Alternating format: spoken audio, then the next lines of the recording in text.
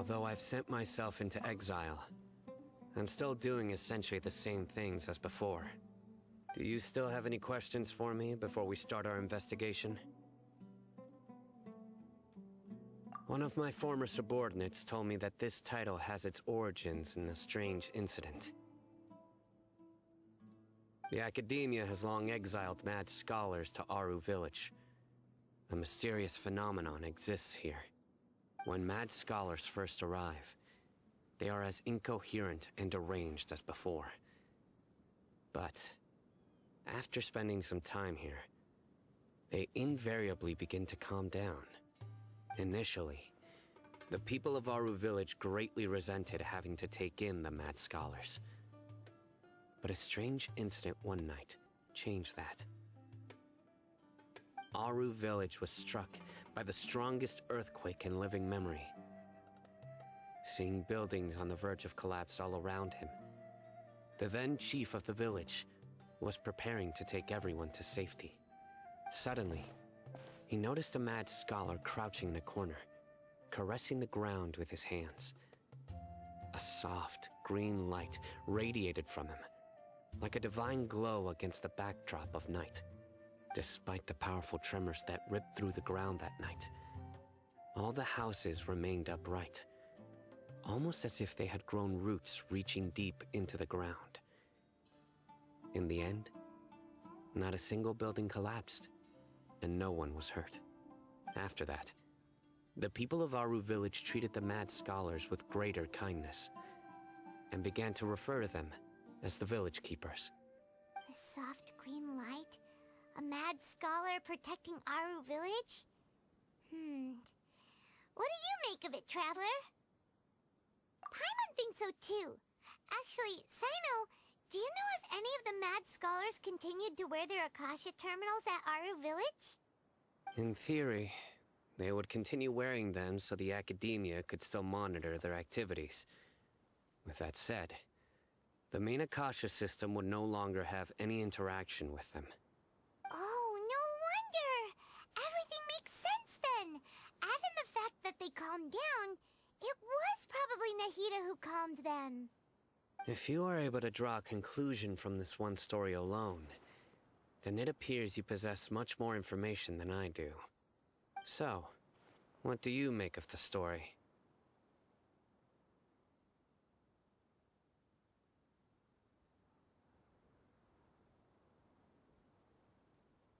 Really? Lesser Lord Kusanali. What? You don't believe us? Lesser Lord Kusanali was definitely using the Akasha to give her power to the mad scholars! No, it's not so much that I don't believe you. I'm just struck by your reasoning. Lesser Lord Kusanali, the current Dendro Archon. Is she really active in Sumeru? The Academia has always placed far greater importance on the late Greater Lord Rukkhadevata. They've more or less ignored Lesser Lord Kusanali, and I've never had any reason to doubt their views. In addition, I've never heard any stories about Lesser Lord Kusanali and her deeds. To me, she might as well have been a god that never existed. No way! Nahida definitely exists! She's a... how should Paimon put it? She's a good Archon who's kind and wise, even if she says weird stuff sometimes. I've spent many years interrogating criminals, so I can easily tell when someone is lying. Good! Then you should know that we're telling the truth! That look in your eyes. I've never seen that from a liar. You two really must have met Lesser Lord Kusanali. How can this be? To think, our Archon has been amongst us this entire time. Alright, now it's our turn to put our skills to good use for this investigation. But easier said than done, especially since we don't have any leads. Maybe we can start by knocking on some doors. Excuse me, are you here to help me find my grandpa? Huh? Who are you? By the sounds of it, a resident of this village. My name is Isak. You'll help me find my grandpa, right? Is your grandpa a mad scholar? Hey, don't say that. Grandpa is just Grandpa. Why do you have to call him that? It's not like he's a bad person or anything. The person you're referring to is not a local, yet you are. Why do you call him Grandpa? Grandpa is just Grandpa. He's my family. I heard everything you said to the village chief. Please, you gotta take me with you. I want to find my grandpa. I swear I'll help. I won't be a nuisance. Ah, so you're the one who was eavesdropping on us around the village chief's house.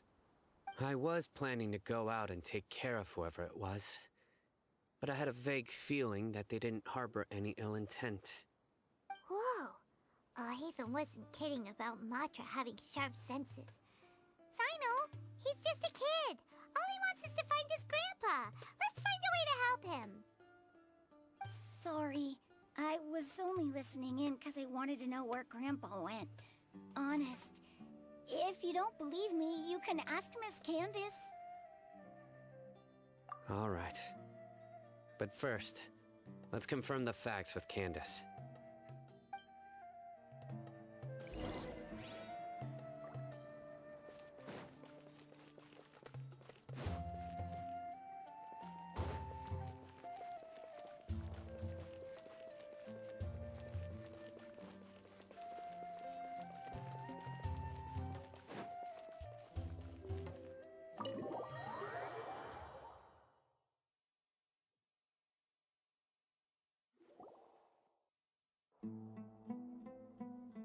Sino is super vigilant. Is this what all the Matra are like? Ah, you're back already. We just wanted to confirm something with you. Do you know a boy by the name of Isak? I had a feeling he'd go looking for you. Huh? You knew this would happen? Yes. Although he tried his best to stay hidden, I still noticed him eavesdropping outside the window. He really wants to get his grandfather back.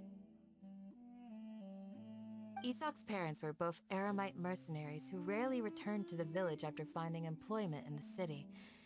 He was raised by his grandfather. Unfortunately, it was only a few years before his grandpa passed away. Isak was still very young at the time, so various families in the village took turns caring for him so he could survive. Later, an elderly mad scholar arrived at the village. Isak thought the scholar bore a striking resemblance to his grandfather, and thus often spied on the man. However, the scholar was unkempt in appearance and incoherent in speech. Although Isak referred to the man as his grandpa, he was afraid and didn't dare to approach him. One summer night, the oft mumbling and bumbling grandpa suddenly calmed down and seemed to become more lucid. He even noticed Isak hiding in the distance. So Grandpa walked up to Isak and patted him on the head. He even took Isak to the entrance of the village, where he patiently taught the boy the names of the stars, and accompanied Isak until he fell asleep. The next morning, Isak woke up and wanted to go find his grandpa again, only to realize his grandpa no longer recognized him. However, even so, Grandpa retained his calm expression. It's said that those who saw the scholar claimed he no longer appeared to be crazy, but appeared to be living in his own world, almost as if he were sleepwalking. Isak was thrilled that his grandpa was able to find peace, and would follow him all the time, asking him things like, "Grandpa, want me to take you somewhere fun?" Or, "Grandpa, could you tell me stories about the stars again?" All this somehow just makes Paimon feel really sad. It seems like they both deserve so much better. Perhaps. Nearly everyone who lives in the desert has some form of hardship or regret. But even so, we must still continue on with our lives. It's also my reason for fighting. I must continue to protect this land.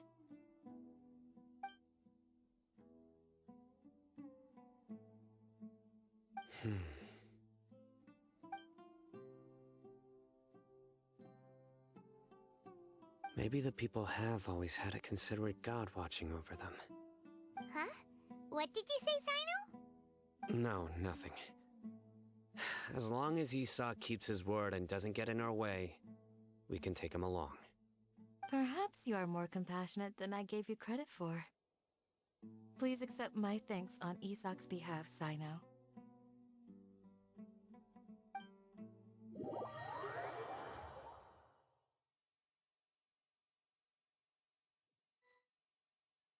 Hey, Isak!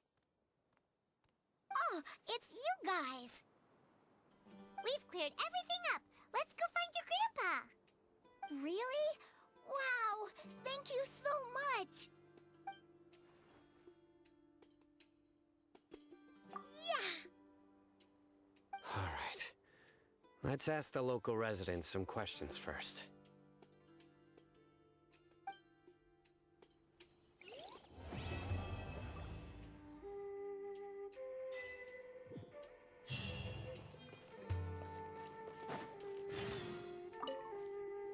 Excuse me, did you happen to see where the missing scholars went?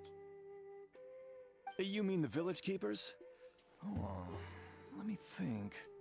When I was eating dinner the other day, I saw one of them by the side of the road, muttering away and eating mushrooms and tree roots. They shouldn't go around eating that kind of stuff. Okay. Did you notice anything else? Anything else? No, I think that's all I have to tell you. Sorry.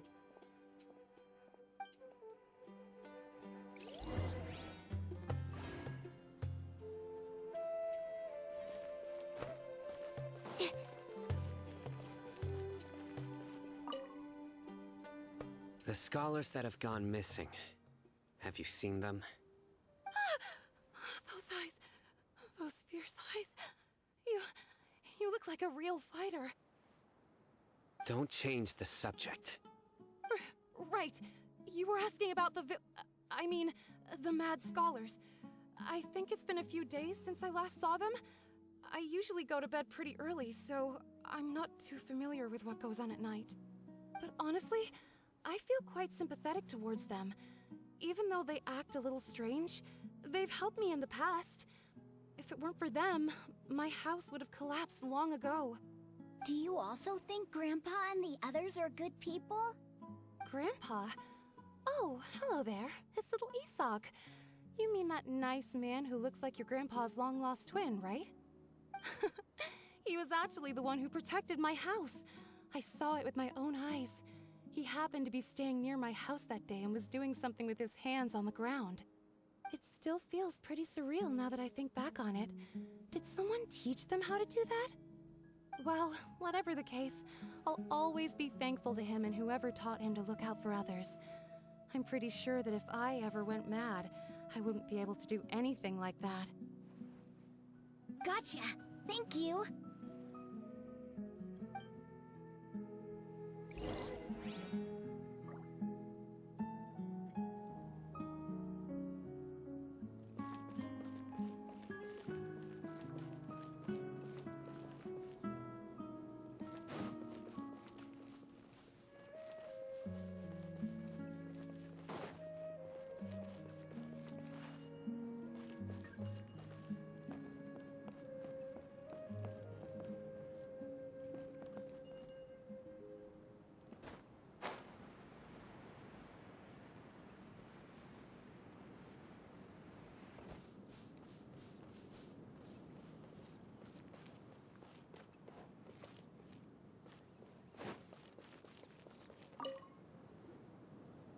Sir, have you seen my grandpa recently?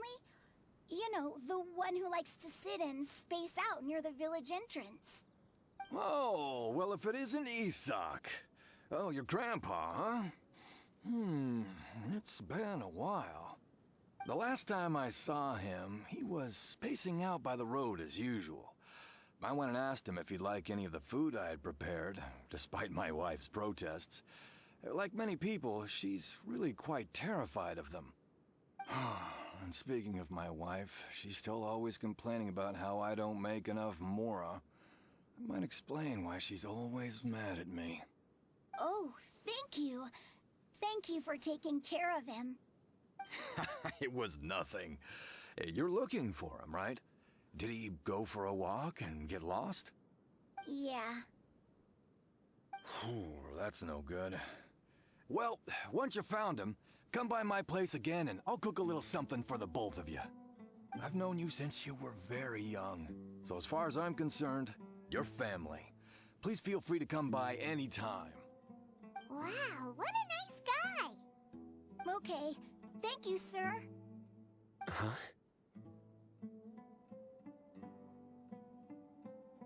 Don't say anything for now. Isak, stay here. Let's head over there. Stay quiet as you move.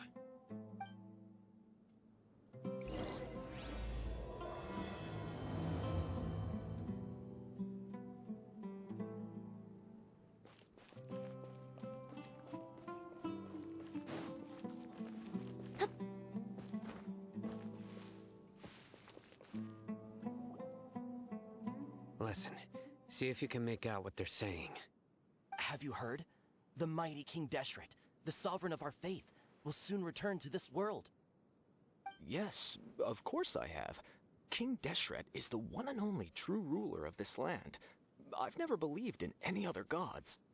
Still, you say he's coming back, but it sure doesn't feel like life's about to change around here anytime soon. What's your proof? Haven't you noticed? The village has been getting more deranged scholars than ever. Delavar was saying that many people also went insane just before the fall of King Deshret's civilization in ancient times.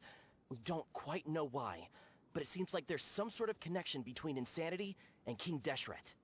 Isn't it a sign of King Deshret's power that all the mad scholars have disappeared? If you ask me, they must have been chosen as the final sacrifice for King Deshret's resurrection. Huh. Now that you say it, that does make some sense.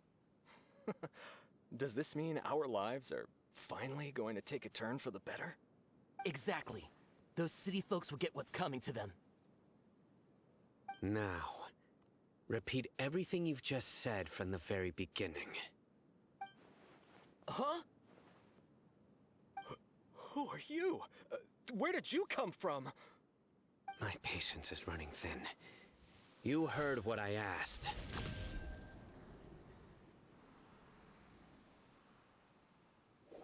Yeah, bro, this guy's something else. Just look at his eyes. One wrong move, and he's gonna flay us alive. Let's not get on his bad side, okay? I am no match for this guy. Oh, okay, good sir. What is it you would like to know? Tell me about King Deshret's resurrection. Well, I only know a few things from hearsay. I went for a drink the other day and heard others talking about a rumor that the madmen will disappear and that King Deshret will return to this land. I'm not making this up, I swear! Hey, go on. Keep talking. It's true. It's all true, sir. We desert folk have had more than enough of those people at the academia. They keep sending us all their mad scholars and won't let us have a good life. Would you want to live like this if you were in our place? The radicals were even more thrilled than me when they heard the news. We're all praying for King Deshret's speedy return. Delavar also said that once King Deshret returns to our side, it's only a matter of time before we conquer the land on the other side of the wall. They're all willing to serve under King Deshret and fight for a share of the glory. Is that so? Seems like he still wants to know more. Keep talking. Got it. At first, I told myself it was just the drink talking, but then all the mad scholars vanished without a trace, just as the rumors said. Please don't beat me up just for mentioning these rumors. If I'm guilty, then everyone else around here is also guilty. I'm just saying what the others said. The people here really like King Deshret, but dislike the Dendro Archon. Where is this radical person you talked about? I haven't run into him over the past few days, so he probably hasn't been around the village. What about you, man? Have you seen him at all? No, not at all. We wouldn't dare lie to you. He's really not here right now. Sounds like you're not too close with the radicals. No, of course not. All we know are their names. I have many ways to stop you from talking. And many others to stop you from sending warning messages. So you'd best just stay home and hope I don't hear of you trying to contact anybody. Don't do anything until I've gotten to the bottom of this. Try something foolish, and even Candace won't be able to protect you. Yes, got it. We'll do just as you say. That scared Paimon half to death. Sino is pretty terrifying. He didn't try to reassure us at all. It's like he's used to hearing that. Oh, Paimon bets lots of people have told him that before. I heard that. Sorry.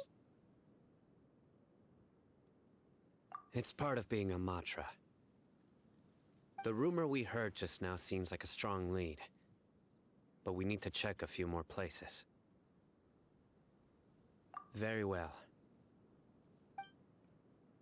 Isak! I'm here. Where's your grandpa's house? Well, I can take you there. Just follow me. Join the Eremites and embrace a wonderful new life.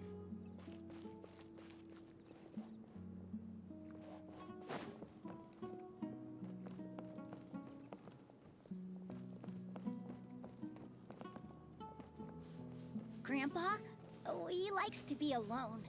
Sometimes he stares at the sky in a daze, and other times he just pokes at the ground with his fingers. Every now and then, he yells out at the top of his lungs, so a lot of people are really scared of him. But he's a good person, really. I know he is. I swear, he's just like my real grandpa.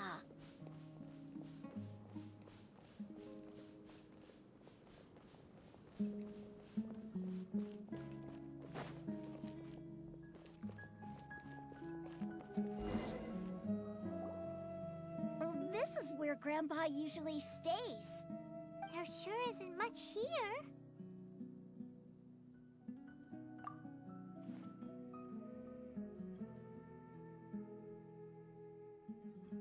No. Incense? Please don't say it's the same one as before. But are you okay? Are you getting dizzy or need to lie down? There's a scent that you can sense, but I can't. A certain traveler here once passed out from that smell. Thankfully, Tainari saved the day. And then he gave us a long lecture to explain all about how it worked. So, you know Tainari? Huh? You know him too? Are you two friends? Yes. Now that I concentrate, I can also make out the scent of incense. Wait, surely Tainari didn't lecture you too? No. No need. Did you first encounter this scent at Tainari's house? In the forest. From a scholar.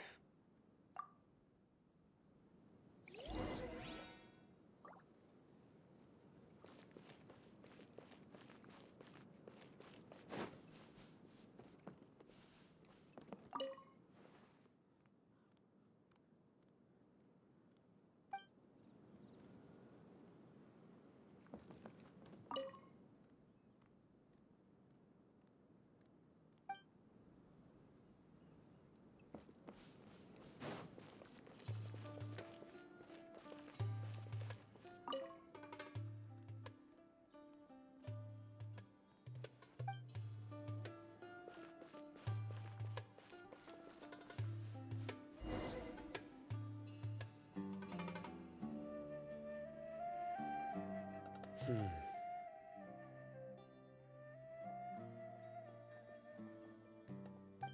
are you looking for, Sino? Here it is. Take a look right here. Paimon doesn't see anything. Although the traces have been completely buried in the sand, there are footprints here. From the size and shape, they belong to an adult male. This pattern is a common one from this area. Local shoes. This was probably someone from the village. The scent is quite faint, but still extant. The footprints head in that direction.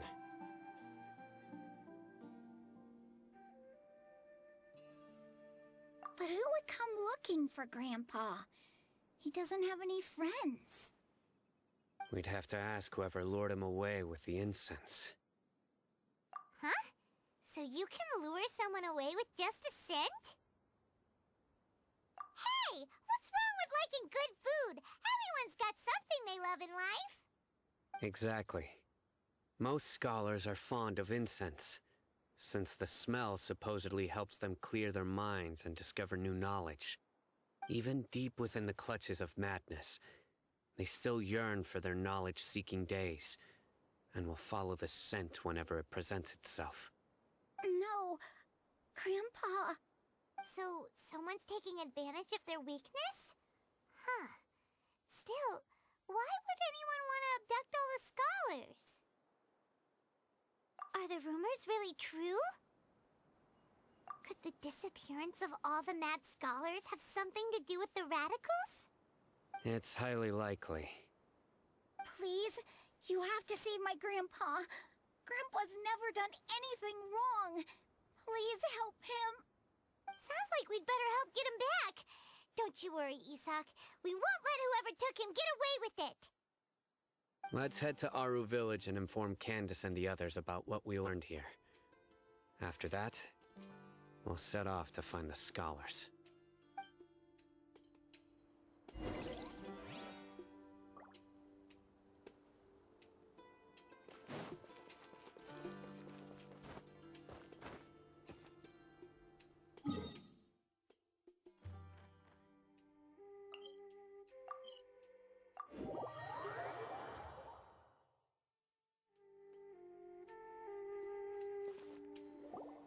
Right. The darker fabric definitely looks a lot better. That'd be my choice, too. We're back, Candace! We've got a lot to tell you. Ah, welcome back. Sounds like everyone's friends already. Oh, Dia's here too! You bet. So, everything goes smoothly? Reasonably. Alhaitham didn't go with you? We haven't seen him at all. Huh. I saw him around the village entrance earlier and figured he was investigating with you. I guess he must have gone off on his own. Did you find out anything useful?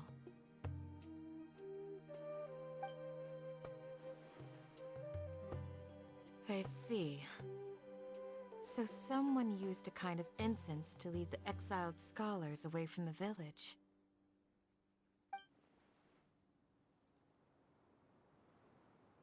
The resurrection of King Deshret? First I've heard of it. Far as I know, the kind of incense you just mentioned is only popular beyond the wall. Scholars are fond of it, but as you can see, there aren't many scholars still studying around these parts. No seller would be able to make a profit here. Not to mention, making incense is a labor-intensive process. You won't see anybody in the desert with the patience to make or sell something that requires that kind of effort. It seems someone from beyond the wall must have been supporting this. Makes sense. So what should we do then? Do we go back to the academia and search for leads there? If it was any other day, that would be your next logical step. But today, you've got me on your team, so you get an extra tip. Didn't you say that the villager got his news from the tavern? Well, I also like to drink at the tavern, so I know a thing or two about these radicals he mentioned. remembers correctly, the leader of the radicals is some guy called Delavar. Ah, yeah. Delavar, the scar-riddled bandit, Engur, the wide-eyed butcher, and Jabari, the duck-tailed bearded crook. The whole lot of them are known around these parts.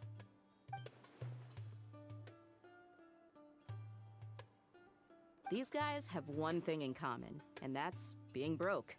The rougher life gets, the more they want to believe in King Deshret. Way they see it, King Deshret's resurrection is their only chance at overthrowing the Academia. Throwing all of Sumeru into chaos is the only way to change the way of life here in the desert. Anyway, that's my guess why they've chosen to become radicals. Tia, you're amazing! You really know this place inside and out.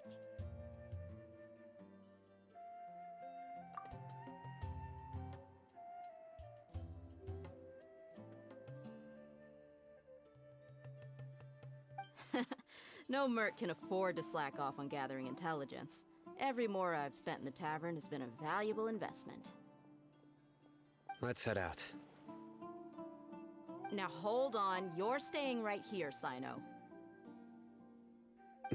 Why? Aru Village is not a big place. Outsiders stand out here like a sore thumb. I'd bet word about you has already gotten out.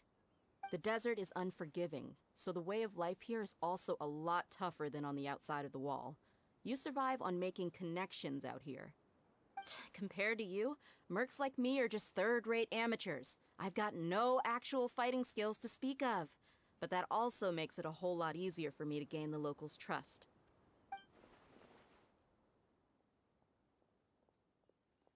I need to go around and ask some questions, but it'll be difficult if you're with me. Fine. Good. Then we've got a plan. The Traveler and Paimon will go to Caravan Rebot with me, and we'll try our best to figure out where the Mad Scholars have been taken. Sino, you'll have to stay in the village and continue investigating on your own. All right, sounds like a plan.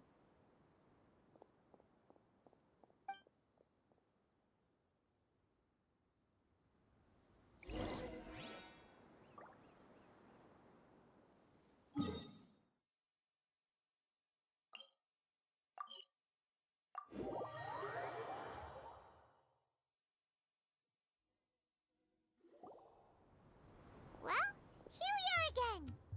Sounds like you're starting to get familiar with the area. Paimon's amazed every time we see the wall of Samiel.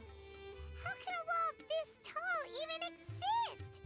It's almost unreal. I know what you mean. I had the same question every time I walked this way when I was a kid. Also, why is this high wall here? And can a wall really block sandstorms? It was only after I grew up that I realized the wall of Samiel isn't just there to keep out the sandstorms. It serves a more important purpose, keeping out people like us. Sumeru is run by wise and mighty sages. To them, us desert dwellers are nothing but tools that can be used and discarded at their whim. We're cheap labor, like livestock, but easier to control. Nothing more. Even if a child from the desert got the chance to obtain an Akasha terminal, almost all their requests for knowledge would be denied. The Academia believes we're underserving. Geniuses like Sataria are one in a million. The other children never get a single chance to try and rewrite their fate, even though the Academia knows very well that we're humans, just as they are. That's terrible. I would tear down this wall with my own hands if I could.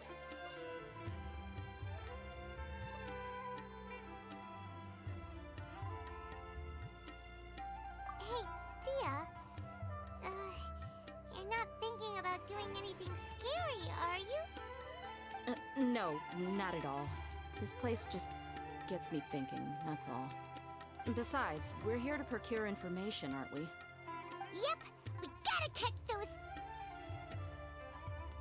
Shh.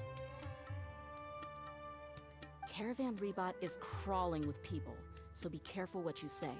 We don't want anyone to find out what we're here for. Our mission started the moment we arrived here. Let's go check out the tavern. Maybe we'll find someone I know.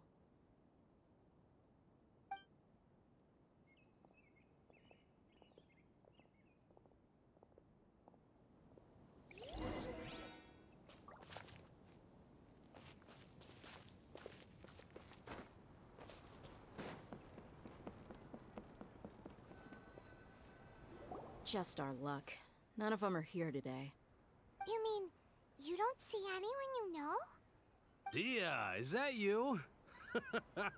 What a coincidence. You here for a drink too? Zaki. Finally, a friendly face. Oh, and who do you have with you here? Guests from another land?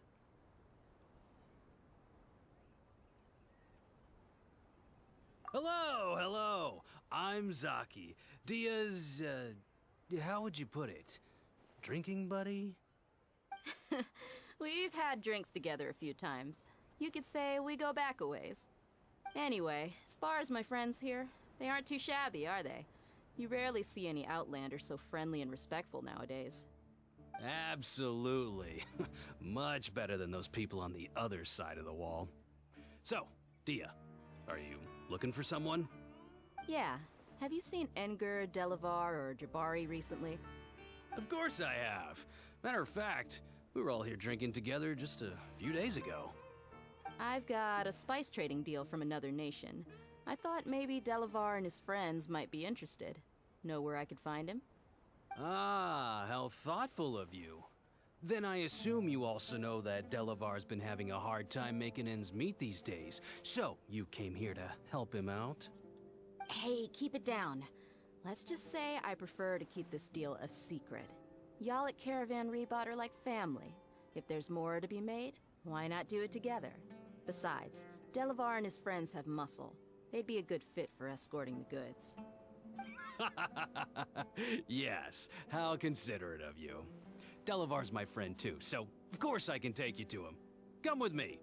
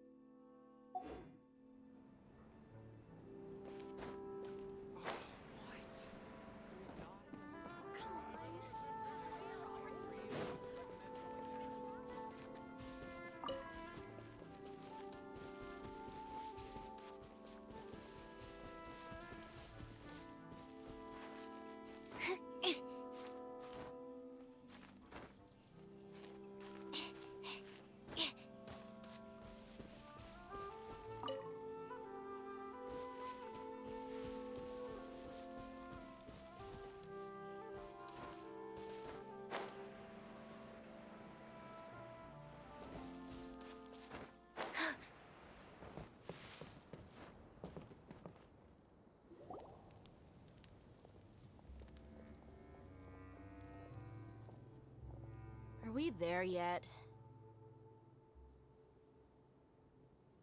Yep, this is the place. This place is practically deserted. What are they doing in a place like this?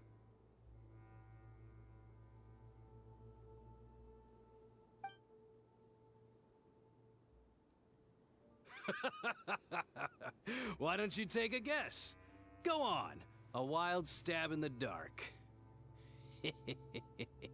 You're like lambs to the slaughter. Oh no! It's an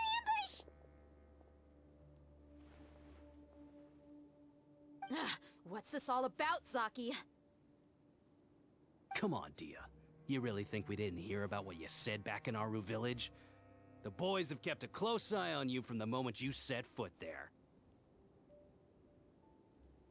Not only do I know that you're looking for Delavar, I also know that you've teamed up with people from the Academia to look for the missing scholars. So, you've been watching us from the very beginning? Uh-oh. Paimon knew leaving Sino behind was a mistake! And you left the strongest one in the village, didn't ya? Who do you think you are? You really thought we'd fall for your little business deal nonsense? So you and Delavar have been partners all along.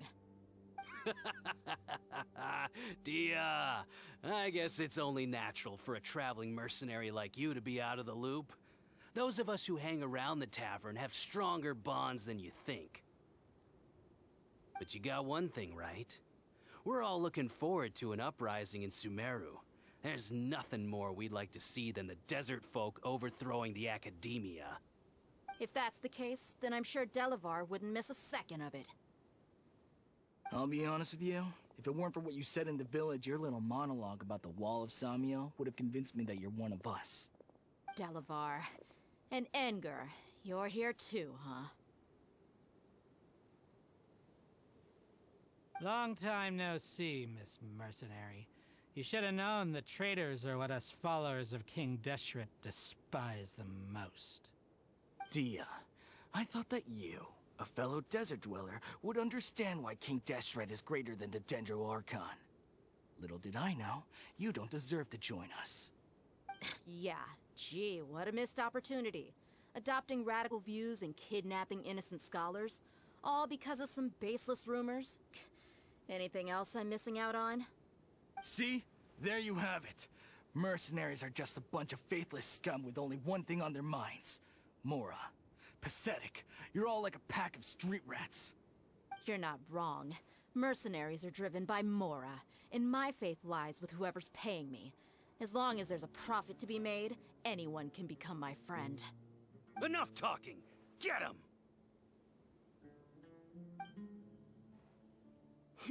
Just as I expected. Let's teach him a lesson, traveler.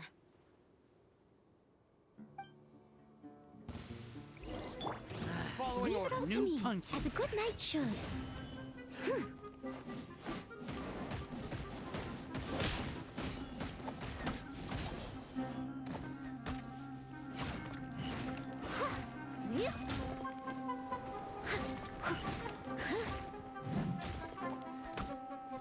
I must leave no stone unturned. Enhanced animal module.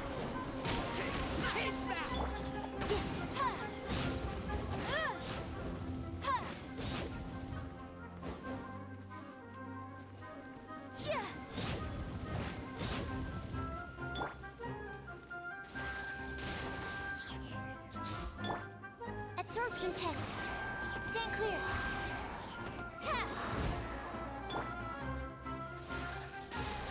Motion to compel.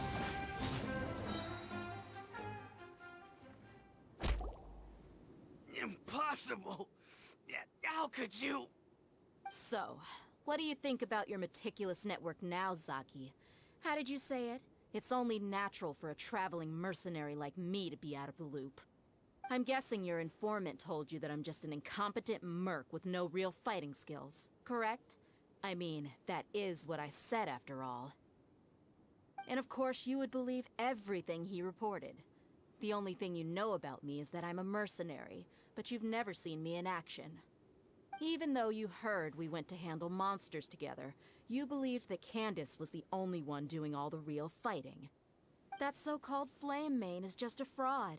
She admitted it herself. She just uses her connections to gain the trust of others. That's what you thought, right? Ugh.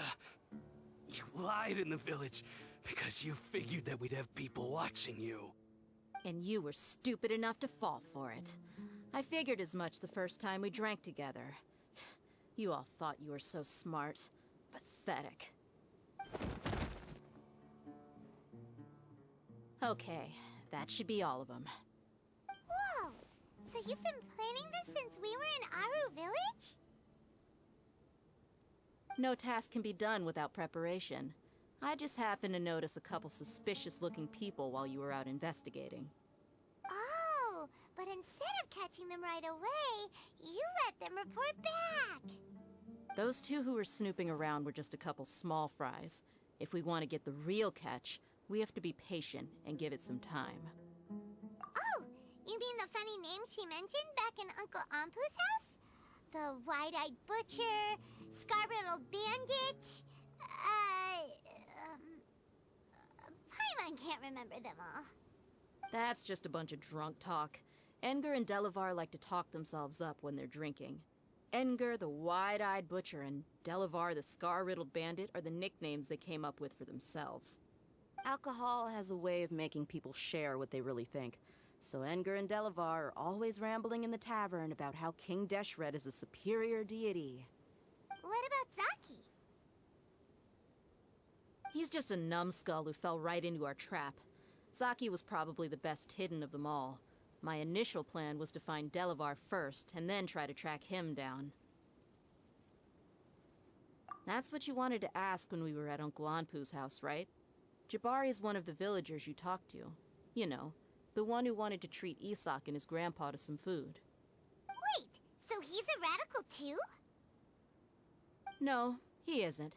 I just needed to tack on a random villager name to make the eavesdropper think that I was making some wild guesses based on my impressions. Wow, what a genius idea! Well, that's an expert mercenary for ya. Ah, you're too kind. It was straight from the usual playbook, if I'm honest. So, that thing you were saying before, is it really true? About what? About how mercenaries only care about Mora, and that anyone's a friend as long as there's a profit. Does that bother you? What makes you so sure? Dia, do you dislike the Dendro Archon like the other desert folk? You two are pretty sharp. No, I don't have anything against the Dendro Archon. I've heard a lot of nice things about the Lesser Lord from Dunyarzad. I can understand her devotion and gratitude. Dunyarzad's just an ordinary person. There's no way a god would be so involved in the lives of everyday people unless they were truly compassionate. I've begun to realize that the sages are behind everything that's happened recently. The radicals' blind belief in King Deshret, making the Dendro Archon out to be an enemy. It's all the academia's trickery. But I see through it all. And unlike them, I can never be hostile towards anyone who's never done anything wrong. Dia. Anyway, looks like we're done with business here. Traveler, lend me a hand. Let's tie him up and bring him to the village.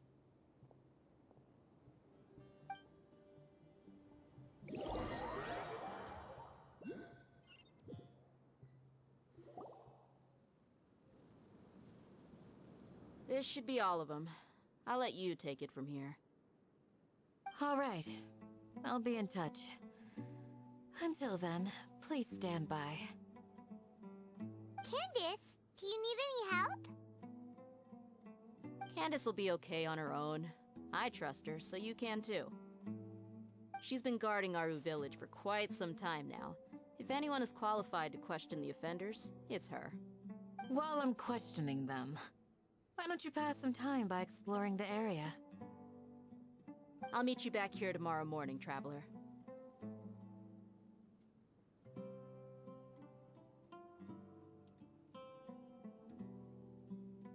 As for these idiots, let's just hope they live to see another day.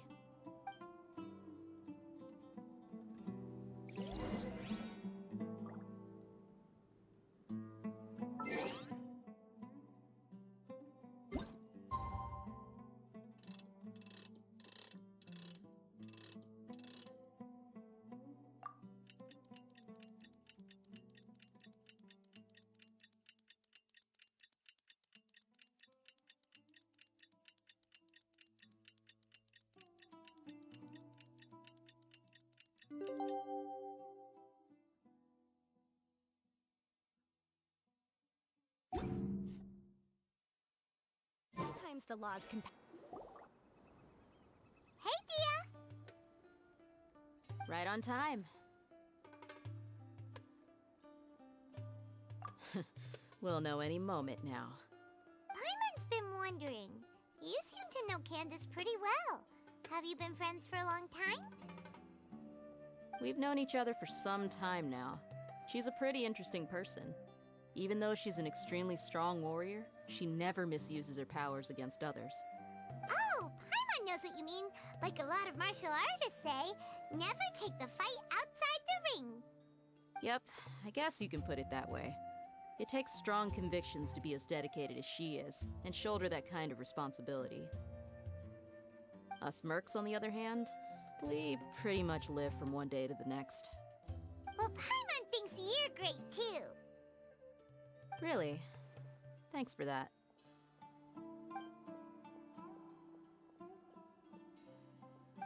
Oh, Sino's here, and he's pretty early, too. Yes, I was here yesterday to help out a little. To help out? By doing what? Sharing some interrogation techniques. Oh, you mean you taught Candace some more persuasive methods? Right. Come on in, everyone. Come on, let's go inside.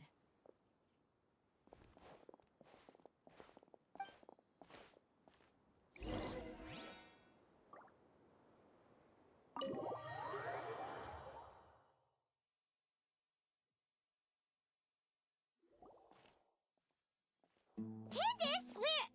Whoa, you look furious. Do I? Huh. What gave it away? Oh, there's no mask that can hide true bloodlust. Cover up your eyes, and it'll still show itself at the corners of your mouth. Perhaps I need to work on my composure. Still, it's perfectly understandable why I'm angry. I'm sure everyone present would agree. Yes, ma'am. Please, don't beat us anymore. We're gonna die. Well, looks like Sino taught her well.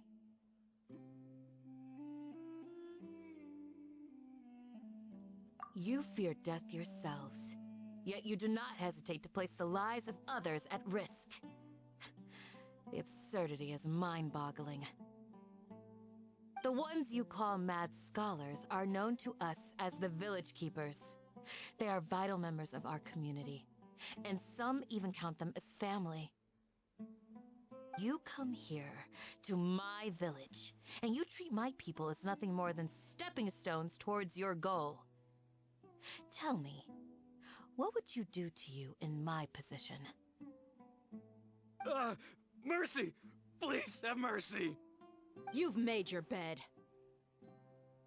We may all be desert dwellers, but there's one thing that I understand better than you. The resurrection of King Deshret will only result in war. And war serves no one. The people of Aru Village care little about which god is in power. Life may be tough and tiring, but we wish to preserve our way of life. A war would only cause us to lose all that we have. And that is not a responsibility that you can afford to shoulder. We understand. We're sorry! I'll tell you everything I know, please. Just let us go. I'm listening. You might not believe this, but it wasn't us who came up with this idea. Someone was spreading rumors in the tavern. That's how we ended up hearing about King Deshret's resurrection. Some mystery man told us that mad scholars will make the perfect sacrifice to usher in King Deshret's resurrection.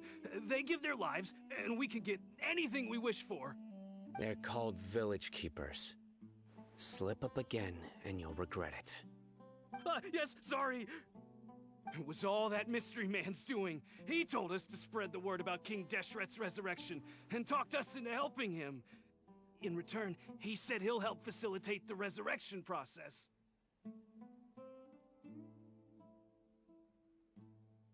I'm not sure. That's one. Huh? One what? Strike. You get a total of 3. Then, you die by my hand. Wait, I'm telling the truth. We don't know anything. It was all him. 2. He got us to lure them out of their houses in the night with some kind of incense. We take them to a junction outside the village. Then the mystery guy takes them from there. You gotta believe me, please. I'm telling the truth, I swear. Just ask them if you don't believe me. That was indeed the truth. Traveler, Go on.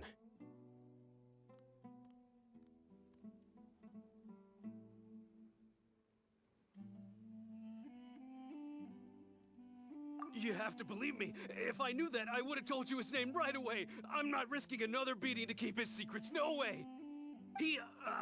That guy, he wears a cloak, and he's always careful to cover his face. He calls himself King Deshret's envoy. I believe I may know what's going on. Uncle Anpu? What do you mean?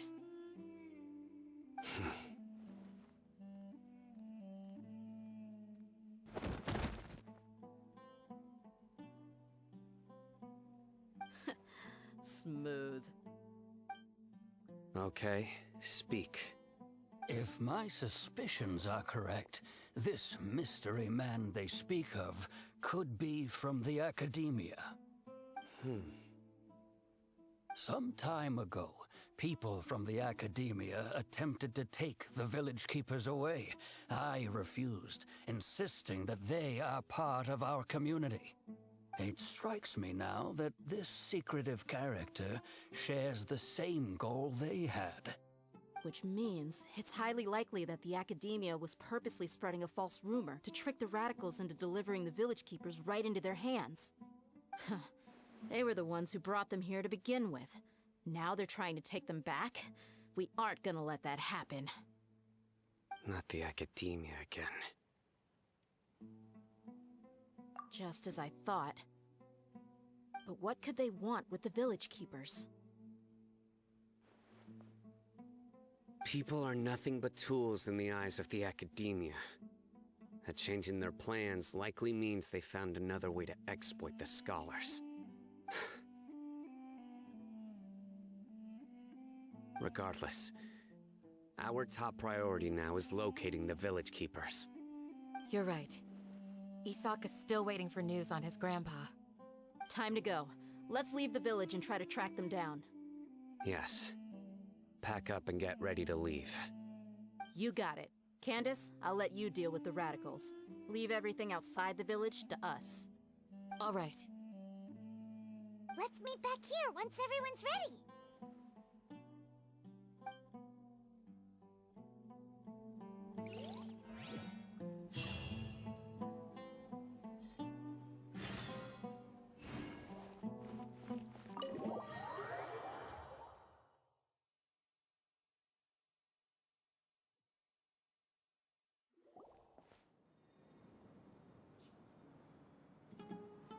Let's get some food in us and then we'll... Whoa!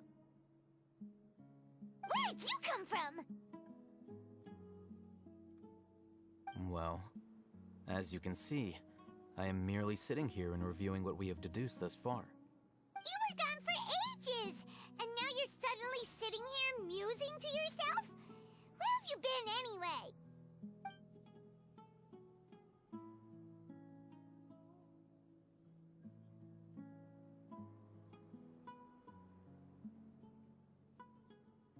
Hey, what's with the silence? You never think things through before asking questions. I'm giving you some time to make up for that. Paimon's so mad! Paimon's gonna give you an ugly nickname!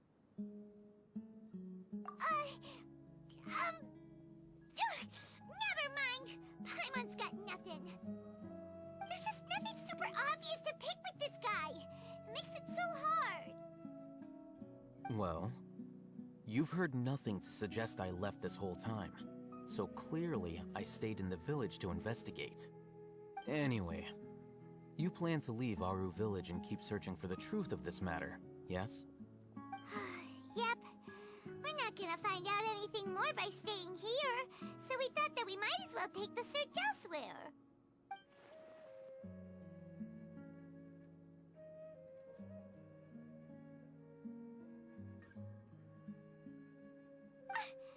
Enough with the silent treatment! No. I'm just surprised that you decided to team up with him. Alhaitham, you haven't helped us out at all ever since we arrived at Aru village. Bold of you to question our choices. Yeah, you're all talk. While you were investigating, I had my own work to do, which I've now finished. Really? Paimon doesn't believe you. To be honest, we aren't really a team, so I have no obligation to inform you of my whereabouts. Not to mention that going separate ways allowed me to find some important information that you all had missed. Huh? Right here in the village? Correct. What did you learn? I'm going to take you to someone. But before that, you need to understand where she's coming from. What does that mean? How do you think the residents of Aru Village feel about what we're doing?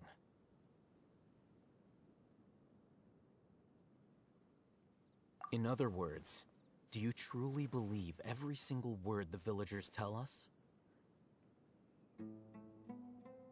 You mean some of them lied to us?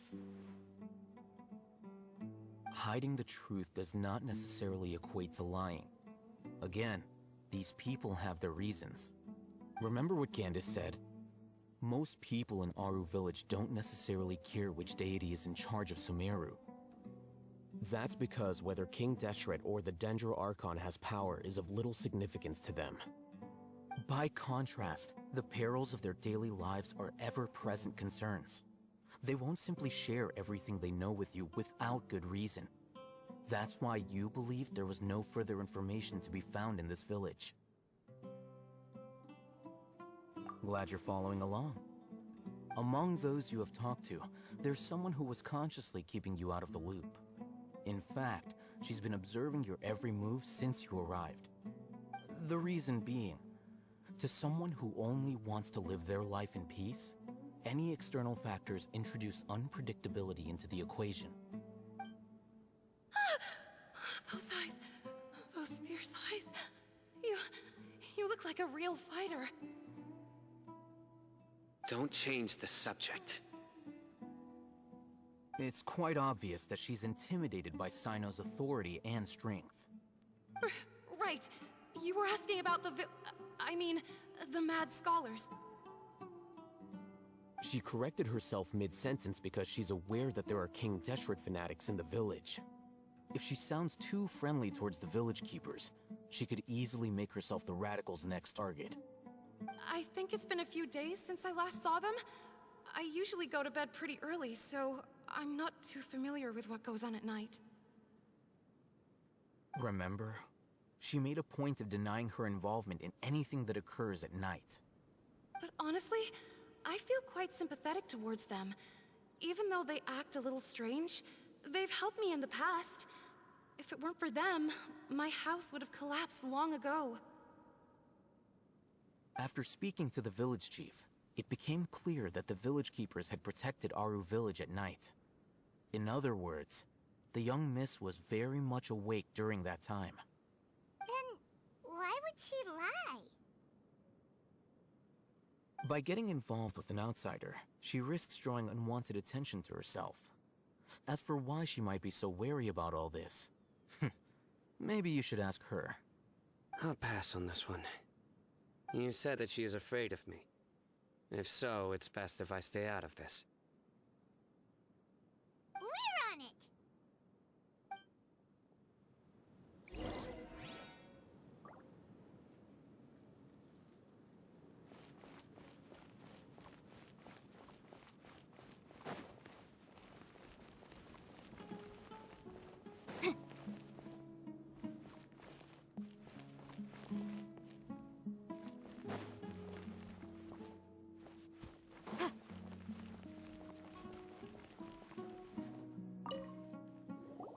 Miss Shawnee, as we discussed earlier, I've brought someone with me. Mr. Alhaitham, I'm aware of where you stand, but how can I make sure that your friends think the same as you? Huh? What do you mean? We need to clarify our stance or something? Go ahead and talk to her. You'll get the answers you want. Go on. Earn her trust. Is it really that simple? May I call you Traveler? Hi, Traveler. I want to ask you something. Do you think the resurrection of King Deshret can truly change Sumeru for the better? Why's that? That's very similar to what Miss Candace says. I know you two are friends. That's why I'm willing to talk to you, even though I do have some reservations. Before, I wouldn't even have the courage to ask something like this. Traveler, do you believe our lives will get better?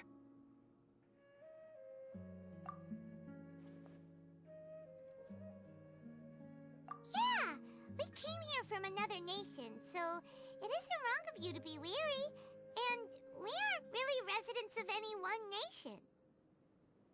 But even so, we've met lots of people from different places, and we've always fought for what we believed in. We have friends in Sumeru, and we want to help them. That's why we decided to stay here for a while.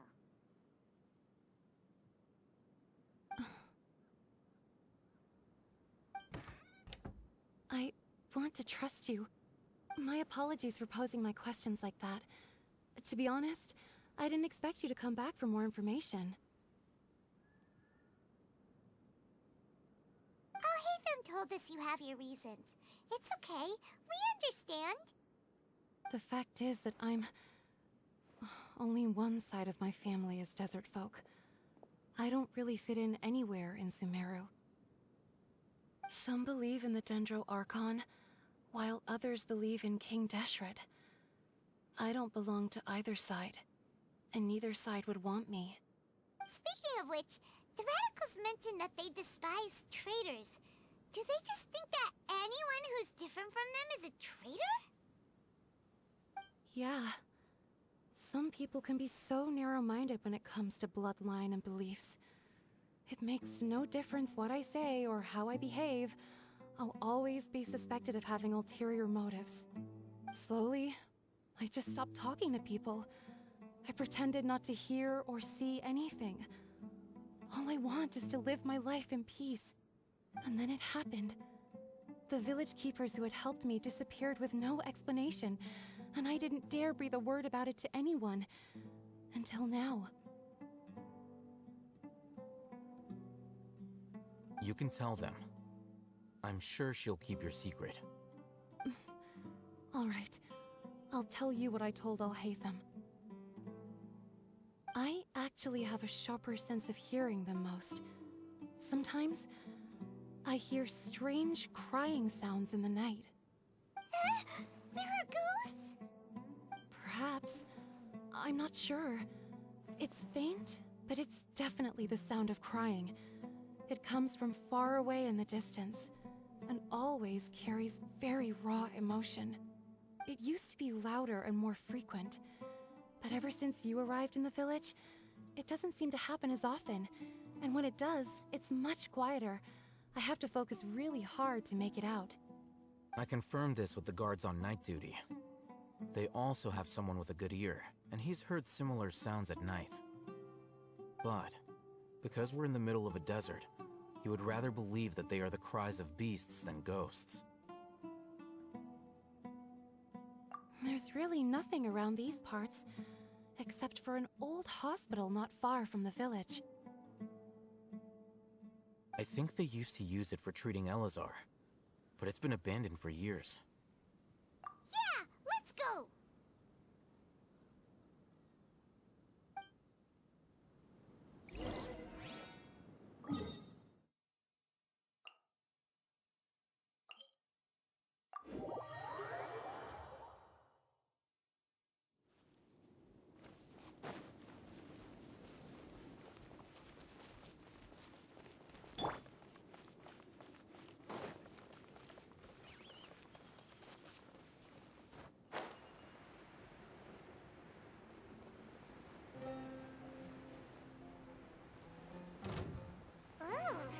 Is this the place? It's in terrible shape. And there's... monsters! Watch out! Steady as stone. Animal test 6308.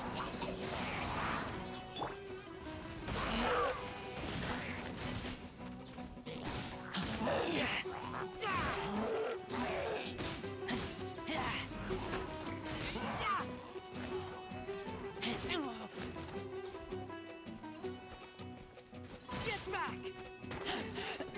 I taste blood.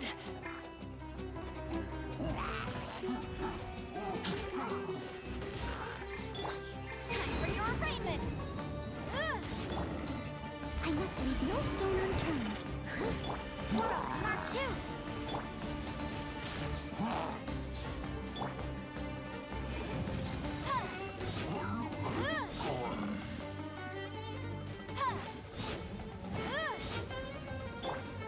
Stand clear. Absorption test.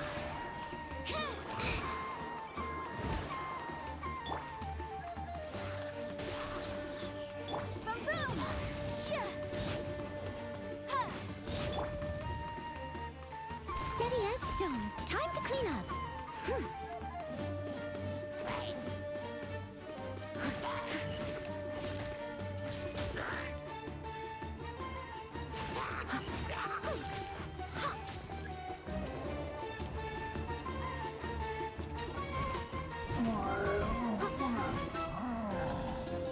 Leave it all to me. Stand clear. Incinerate!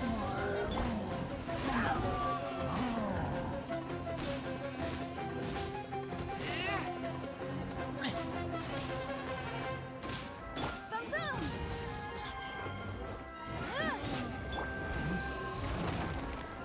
That's not right. Steady as stone. Tap! Tap! Motion to compel. Chia!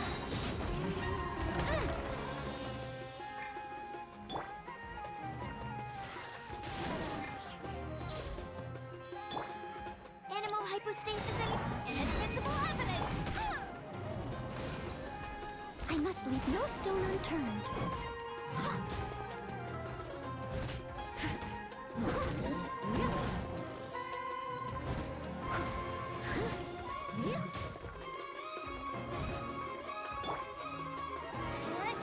Absorption test.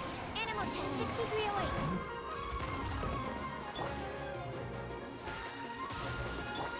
Boom boom! Chia!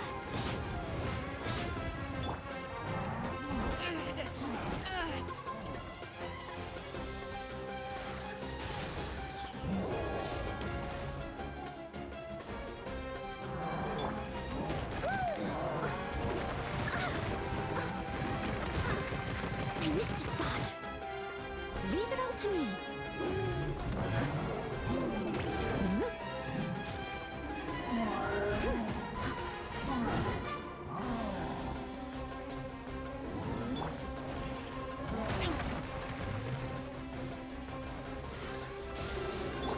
Motion to compel. Flex.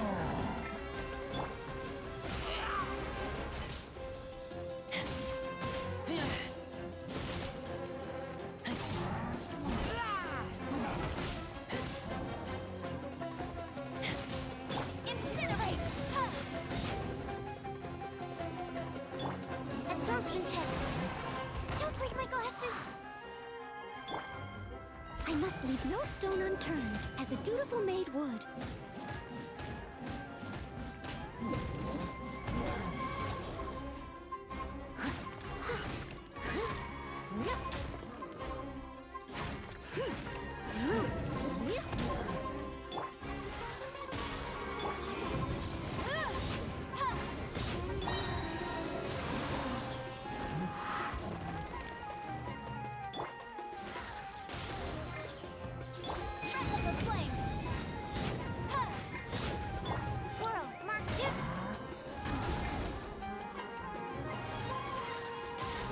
Motion to compel.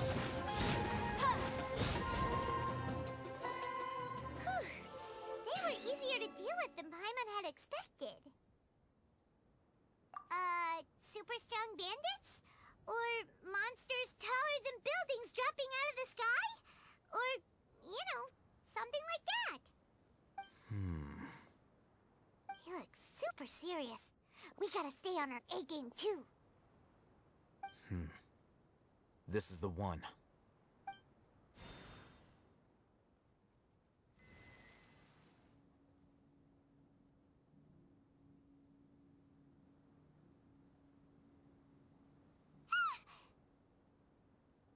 Let's go in and take a look.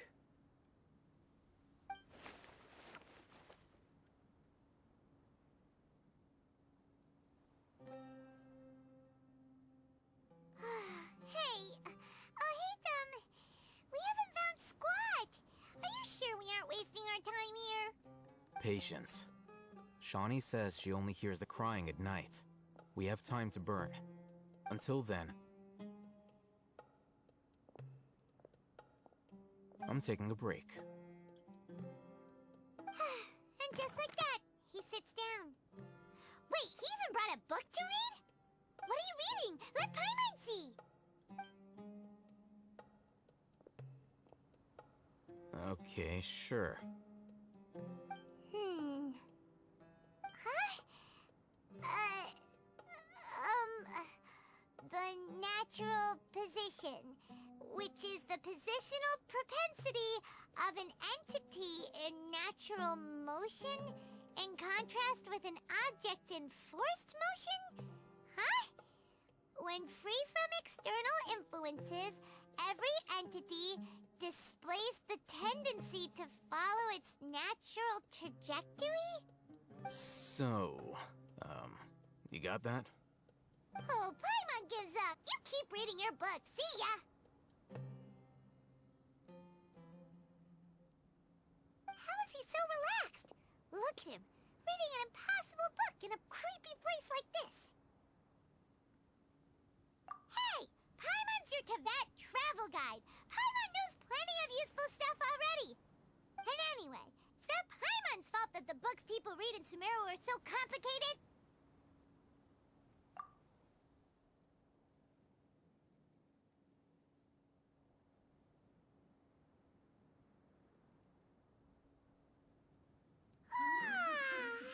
Paimon's getting so sleepy. Huh? What was that sound? There it is. It's coming from that direction.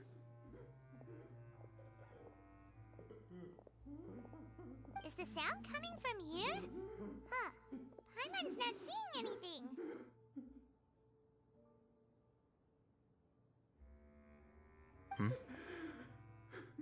It's from below.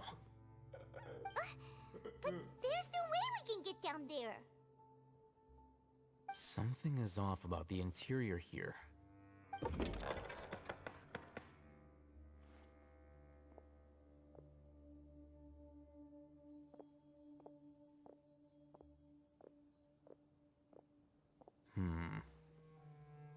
As I thought, there's a hidden structure. Wow. It's like they tucked another hospital into this one. Oh, it looks like there are other mechanisms around here. Let's keep exploring.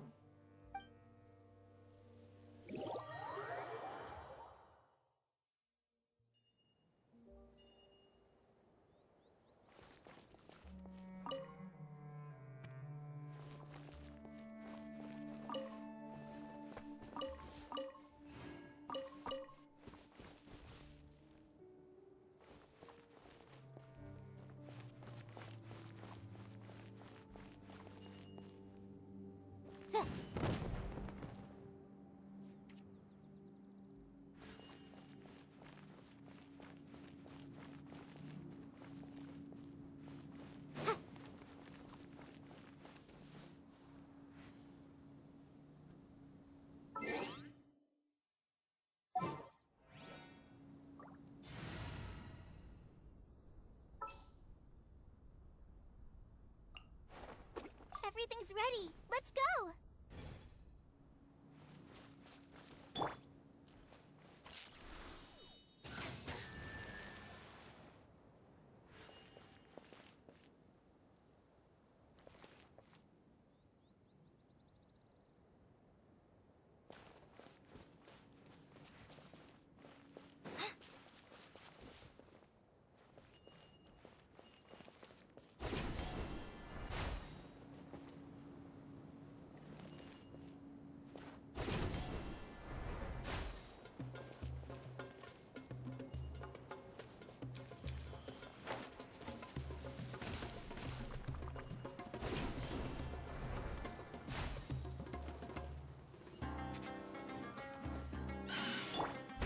to me.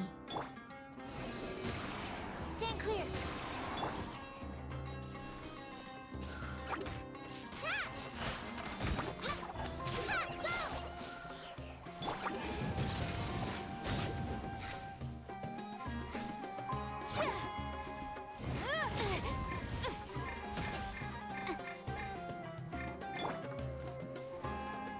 Steady as stone.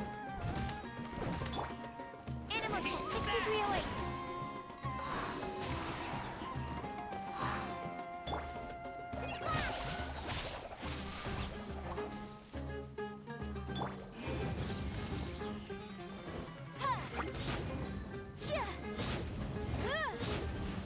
Just like we rehearsed.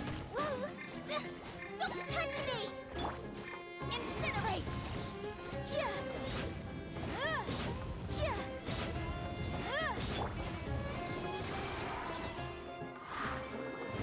Absorption test. I must leave no stone unturned. Vroom!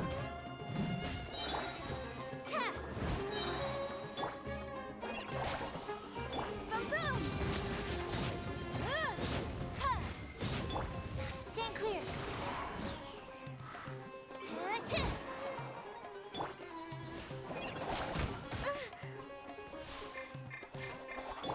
Motion to compel.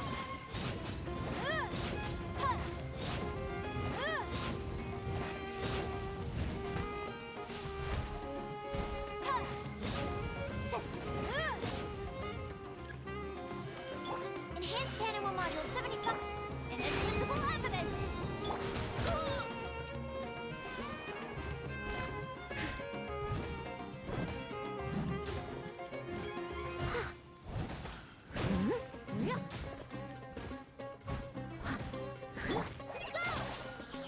Incinerate!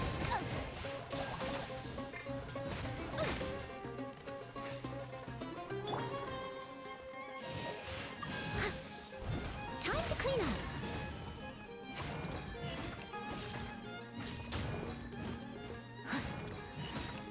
Leave it all to me.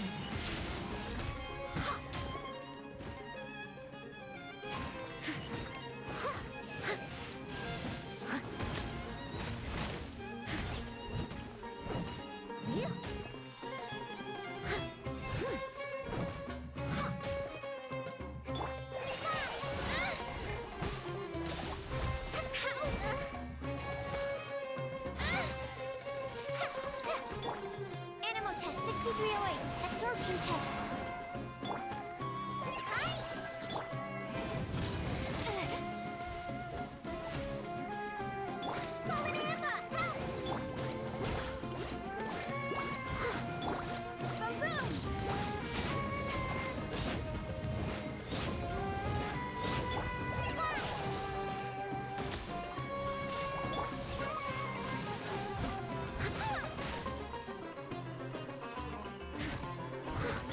Stand clear.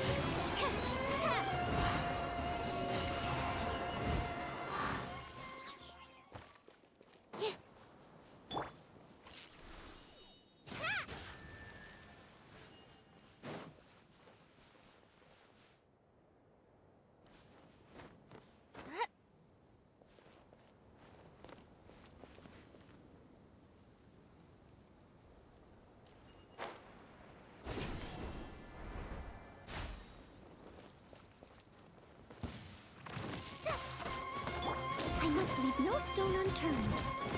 Animal test 6308. Absorption test. Motion to compel.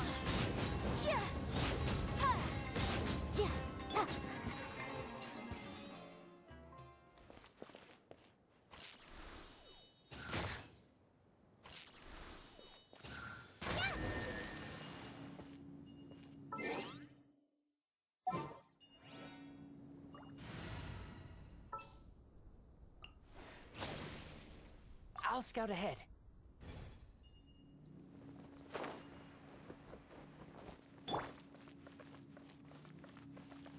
Steady as stone.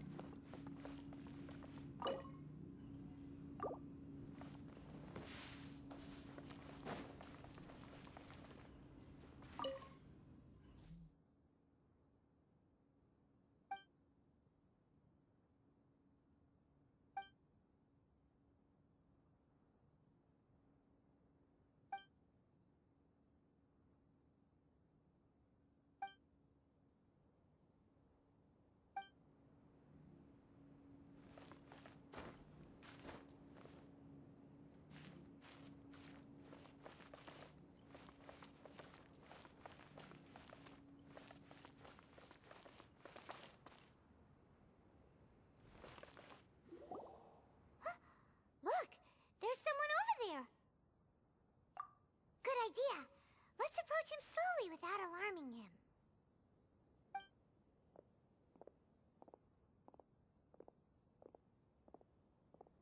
Wait.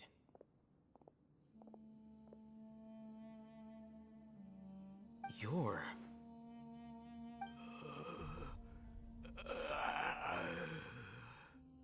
He can't speak, and his eyes are unfocused. But he looks too young to be anyone's grandfather. Also, why is he the only one here? Didn't expect to see him here. You know him? He's Razak, a senior of mine at the Academia. He's a scholar too? Is he the kind that holes up in a forest and mumbles stuff about training? No. And that's the problem. Razak was never involved in any of those things. He never trained in the forest, let alone reach Satyavada life.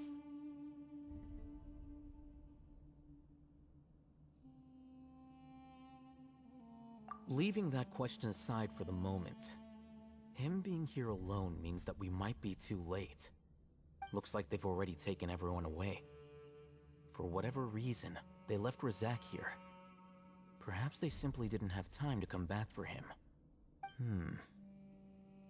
There are drag marks on the ground. They're clearer by the doorway. Someone was forcefully drawing a cart that was loaded with something heavy. Loaded with people? That is one possibility. It looks like they were in a hurry, as if they were afraid of being caught. In their haste, they failed to notice Razak hiding in a corner. The symptoms are identical. Looks like we found living proof. Huh? Why do you say that? Allow me to jog your memory. Recall your time at Port Ormos. Don't you think his symptoms look familiar?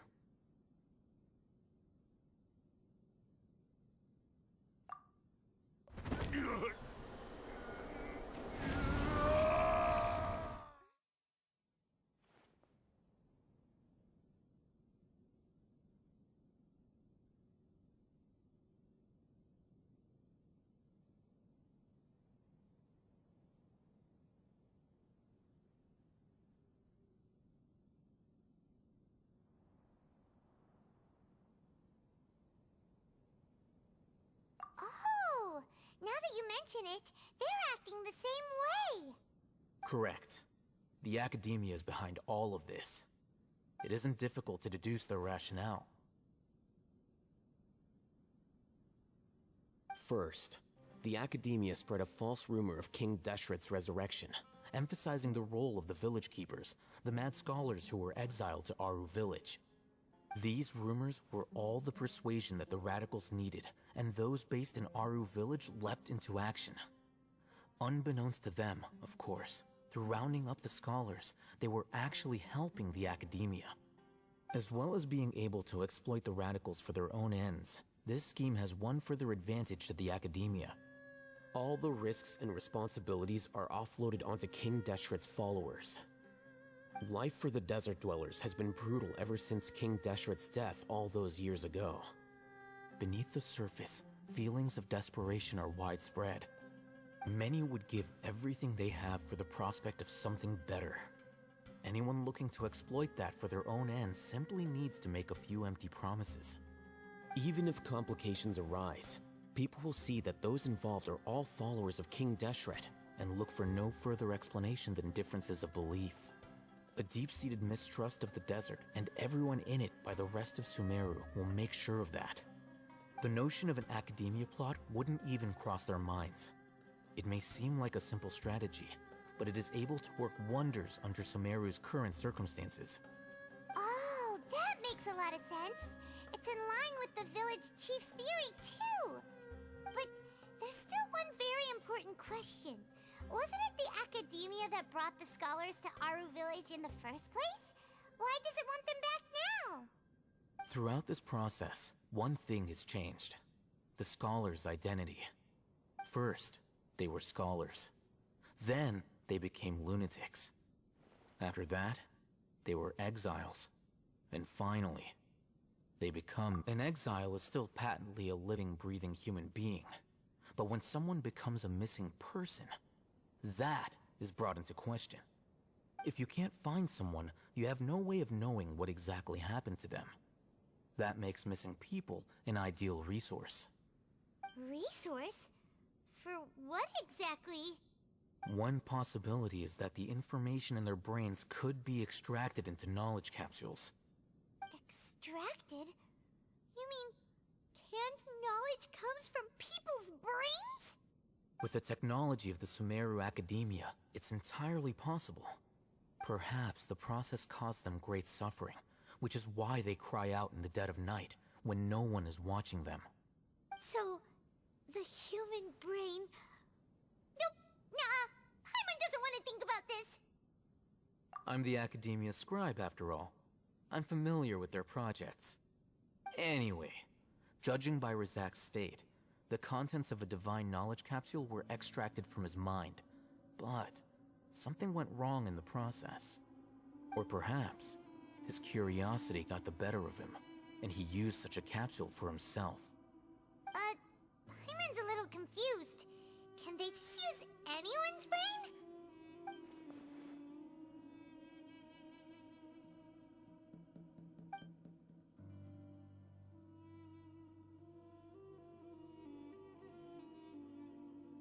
The look on your face tells me you've realized the answer. That's right. To some scholars, gaining knowledge about the gods is their entire life's pursuit. Extracting canned knowledge is just one of the extreme measures they turn to. However, I can't help but wonder, what do they seek to gain from divine knowledge? The Academia is going out of their way to look for forbidden knowledge, but what is their ultimate goal? I've spent quite some time trying to analyze the contents of the divine knowledge capsule, but to no avail. It seems like my way of thinking is too different from theirs.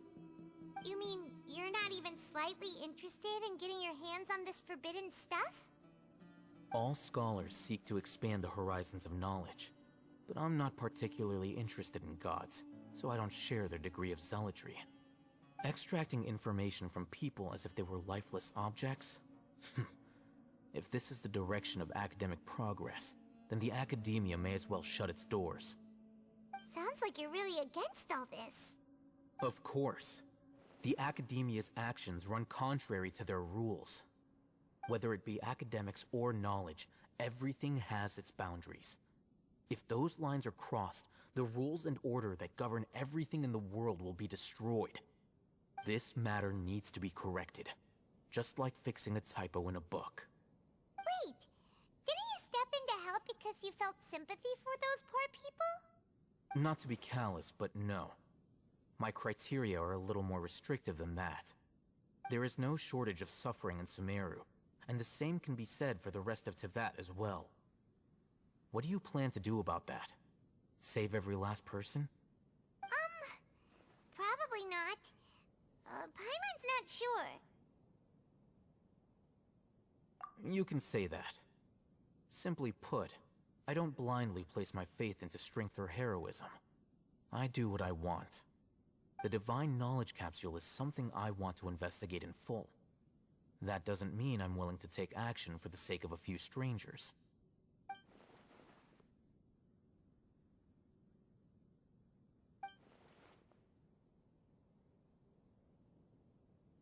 Paimon's been wanting to say this for a while. There are a lot of bad guys in the Academia, but you're not one of them. You're their weirdo. You're probably right. Though I must say, I quite enjoy this feeling of being the odd one out. Uniqueness is also an asset, is it not? Wow, that's a great way to think about it. Paimon's really impressed. If only Miss Shani had a similar mindset, her life would definitely be a lot easier. I'm just a more likable person than her in general. There's nothing more to it than that.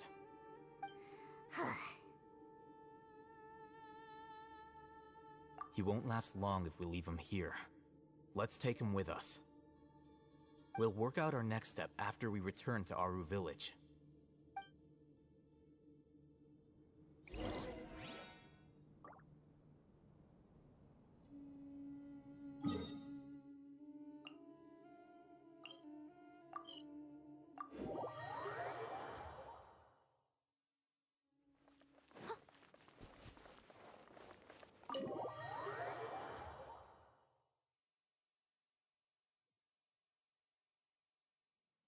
we're back! You must be tired. You should rest and take some water. What's the situation? Who's this? Unfortunately, somebody who's too young to take on the role of Isak's grandfather. Nevertheless, he's one of the people we're trying to find.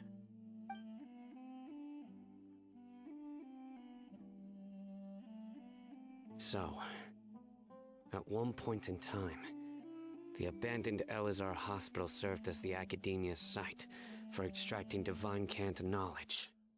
Yep, pretty much.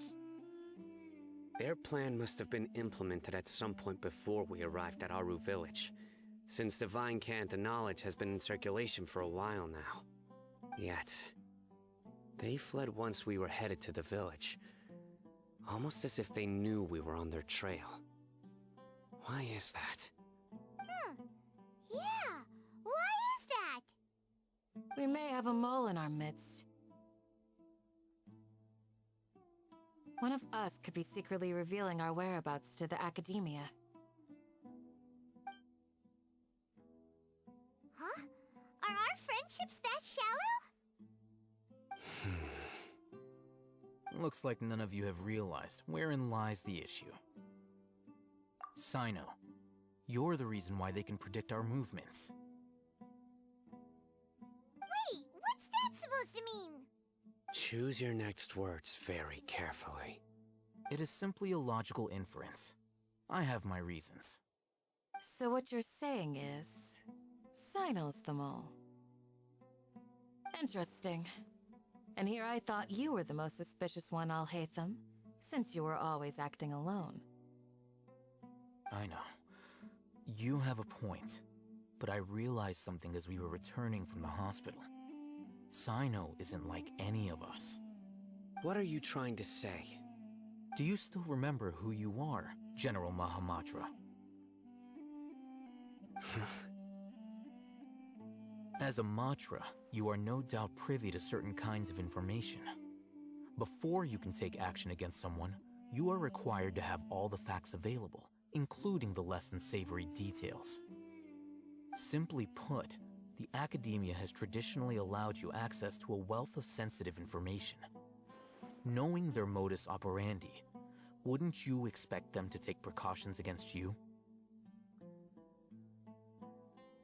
If you want to raise a vicious wolf, you need to make sure that you can avoid its bite. The Academia is monitoring me? It's not that simple. The Academia has eyes all over Sumeru, but they have a special protocol for dealing with you. Every so often comes a Nyagarbaha Day. On this day, the Academia enters new information into the Akasha through knowledge capsules. I remember seeing a thick notebook next to the control panel once.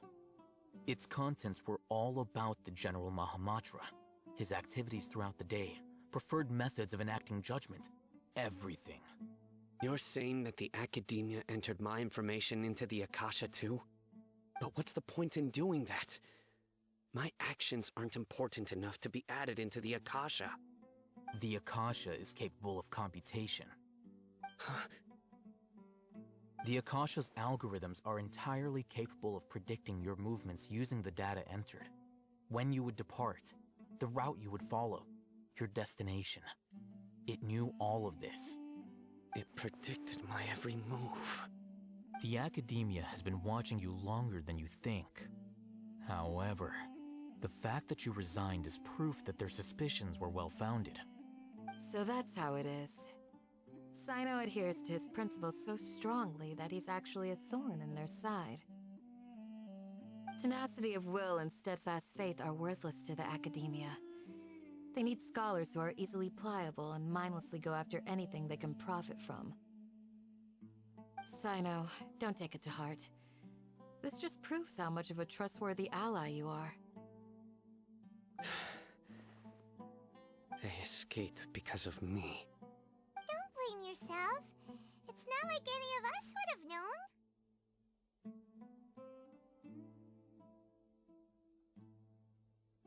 I have an idea. If they predicted my movements, then I might be able to guess where they went. Whoa, you bounced back fast.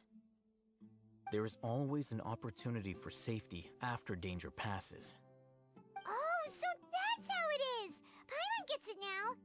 If the Academia is trying to avoid Sino, then the safest place would be...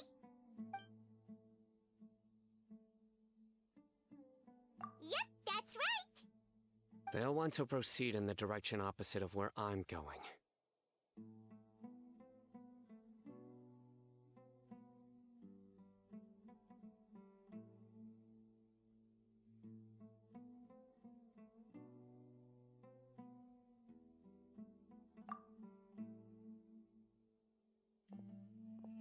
I must go. There's also something I want to investigate. Let's go, guys! After him! Please, wait! I want to go too! You want to go too? If so, you have to promise you'll stay safe. I want to find Grandpa. I promise I'll be careful and not cause any trouble. Everyone, I leave him in your hands. Yay! Let's go! Remember to pack some food with you! Paimon feels like we're missing someone, though.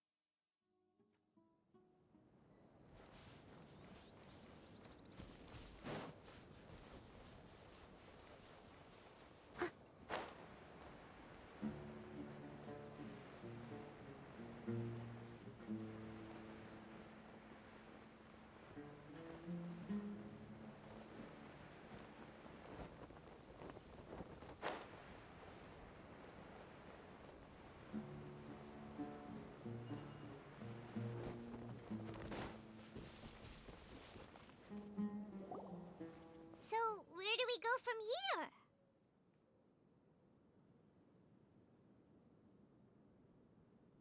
here? Yes. After leaving the village, we should head straight toward the desert.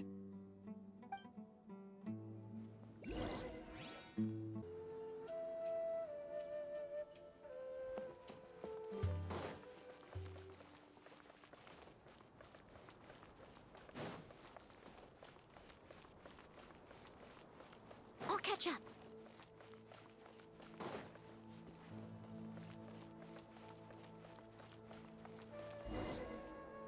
There's something here. What's this? It's buried in the sand. Looks like we'll need to roll up our sleeves and do some work. And Paimon thought running around everywhere was already enough work. Okay. So, we have to dig it out? Whatever's down there looks like it's buried really deep.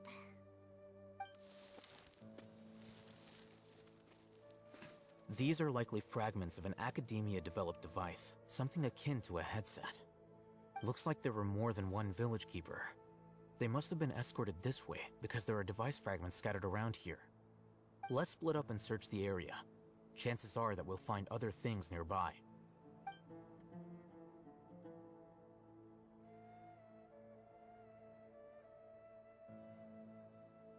Is this what we're searching for? It looks kind of scary. This is definitely a device used to extract divine knowledge. How did it end up buried in the sand? That can't have been part of the plan. They must have been attacked along the way. Wait, what? Grandpa, I hope you're okay. Don't worry, your grandpa's gonna be fine. Razak didn't display any signs of starvation or dehydration, which means that they left fairly recently. We should be able to catch up. One more thing. Given that the device had been entirely covered by sand, I believe the attack must have happened prior to the sandstorm.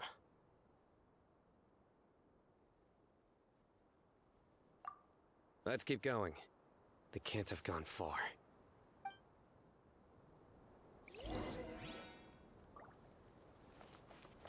Ugh, but running on sand is so tiring. But you're flying, aren't you, Paimon?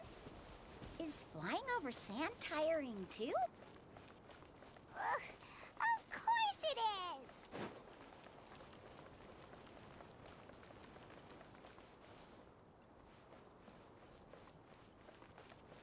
Voices, over there. It sounds like an argument.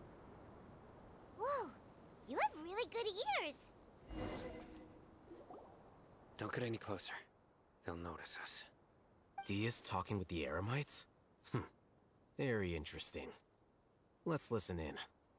If you had informed me sooner, there'd be plenty of room for us to... You're one of us. We would never lie. Scholars. You don't know as much as I do. Need me to... I knew it. That's our Dia. Dia? Why would you... Dia! Hey, what are you doing? Huh? Didn't you say you'd help me find Grandpa? Why are you on their side? Well, look who's here. Ain't that something? This complicates things. You've betrayed Aru village? So, this is the great General Mahamatra. Dear, you'd be better off as my assistant than hanging around with this motley crew. Seen for yourself, I have the means and methods, and my ideals are far more admirable than theirs. I'm not the type that's easily swayed, Raman. You of all people should know that. Wait, what's going on, Dia? Whose side are you on here? Shut it, Paimon. It doesn't matter. Whichever side you pick, nothing can deter us from the grand mission of resurrecting King Deshret. Once our Lord of Old returns to this land, we will have a new beginning. Face the facts, Raman. It's not gonna happen. You should understand that more than anyone. Have all your years as a merc taught you nothing about placing hopes in a ruler? I'm a desert dweller and a proud follower of King Deshret. Whether I live by the edge of the sword or in peaceful comfort, my soul will always carry this conviction. It's not too late yet. The village mad scholars aren't gonna bring King Deshret back to life. You don't understand, my dear lady. Pursuing our faith is our purpose in life. Even if the chance of success is 1 in a million, we must be willing to give everything we have. Even if it'll expose you to the academia? Even if they end up disbanding the Eremites? Your Eremites, which you've worked so hard for all these years? Yes. We've waited a long time for this day to come. The sun and the moon no longer shine here. All you see now is cracks in this desiccated land. But fate has finally dealt me a hand to play against the Academia. With these scholars in our custody, we'll stomp the Academia's forces and fight our way beyond the wall of Samiel. Ridiculous. Think about it. The Academia controls the entirety of Sumeru. Your powers are negligible in comparison. If you still don't believe me, then try asking these 2 men. They're also against the Academia, but neither of them are as arrogant as you are. They look more like pawns of the Academia to me. Why would I listen to anything the people of Greater Lord Rukkhadevata have to say? Filthy traitors. Your god abandoned all honor and betrayed King Deshret. We desert dwellers will never trust the likes of you. It's impossible to communicate with someone so hostile. Perhaps we should. Do you really believe that by kidnapping the scholars, you'll be able to negotiate with the academia? These people have no value as bargaining chips, but I could be persuaded to take their place as your next hostage. These scholars were exiled from the academia. I, on the other hand, am their current scribe, and will be a much greater asset to you. Wait, you can't be serious. So, you want to trade places with the hostages, do you? Precisely. Any wise person would gladly accept my offer. What are you thinking? What if they decide to kill you instead? Well, that would be bad luck for me. However, I'd get the chance to observe the scholars, perhaps even find out the truth. Think you can talk me over with that confident look of yours? I'm not trying to persuade you. I'm using this as a means of joining forces against the academia. You are the scribe. What do you have against the academia?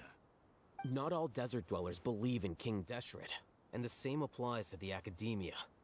Why must all knowledge seekers approve of the academia's way of doing things? You academia scum. Every last one of you is nothing but a hypocrite, just like everyone else on the other side of that wall. I've made myself clear enough.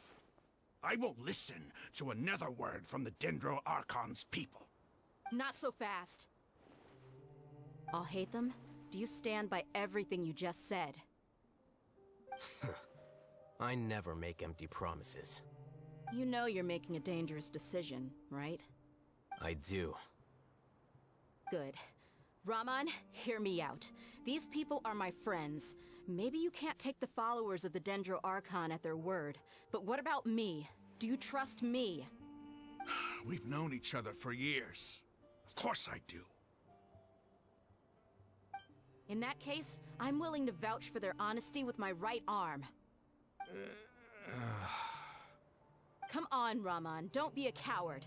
If you're serious about taking on the academia, you need to steel yourself. You can't be afraid. An arm from the Flame Mane. You've piqued my interest. But what if you refuse to oblige? What should I do then? No one's a fool here, Dia. We're mercs.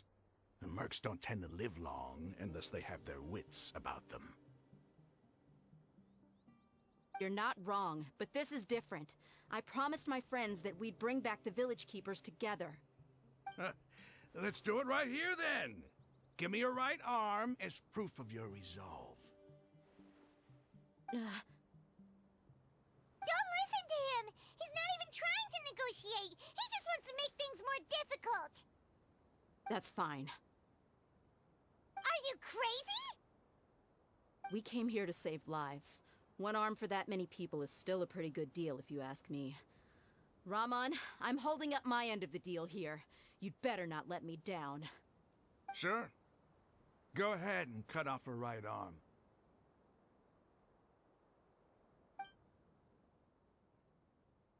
No! Dia! What are you gonna do? Think of something! You don't have to go this far. That's not for you to decide. Do it!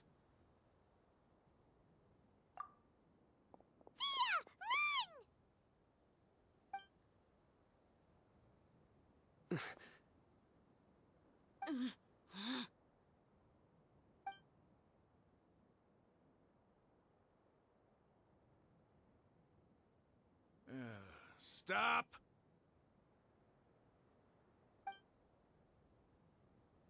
What's wrong? Can't do it? Flame Mane, you and I are both desert folk. Cutting off your arm is no different than cutting off my own fingers. Where's the sense in cutting my own kin to pieces?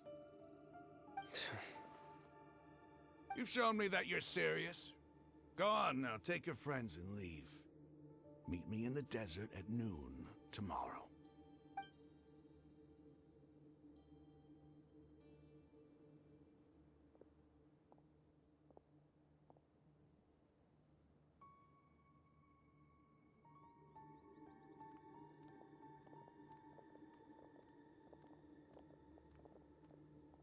Phew.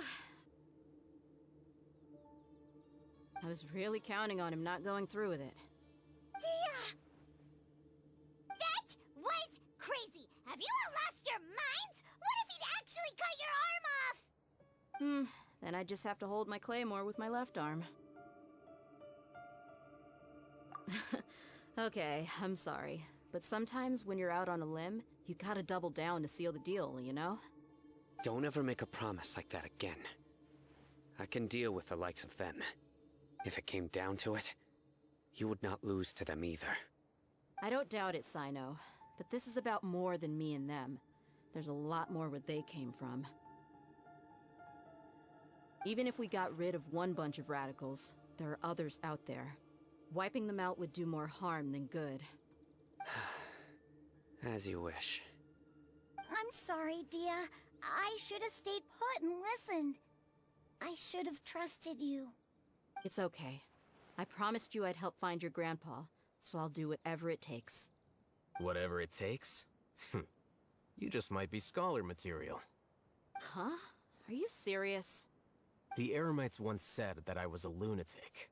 Perhaps a little madness is essential to be successful in research. Why does it feel like he's using his praise for me as an excuse to brag about himself? Okay, let's get moving. We should head back to the village and rest up. Today was just a trial run. Noon tomorrow is gonna be the hard part.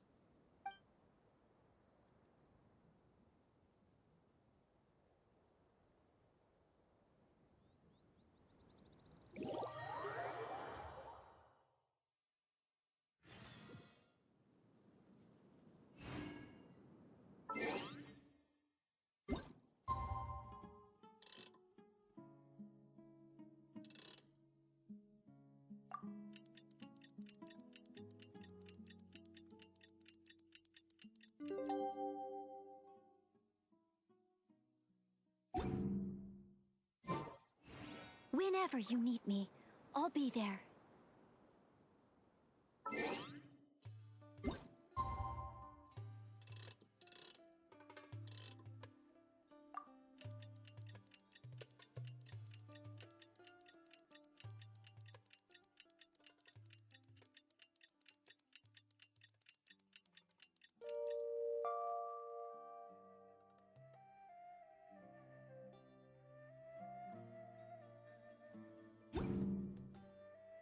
Leave it to me. All of it. Whatever it is. Leave it all to me.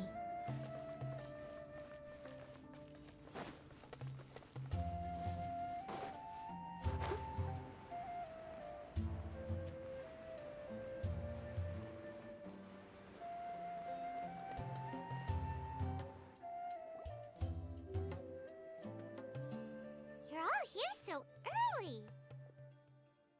Looks like we have everyone here. Isak, are you sure you want to come with us? I'll watch from a safe distance.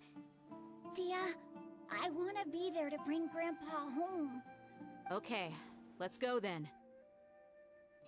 Dia, wait. What's the matter? I heard that you were quite reckless yesterday. No more of that today, understood? Or I'll be very upset with you. Fine.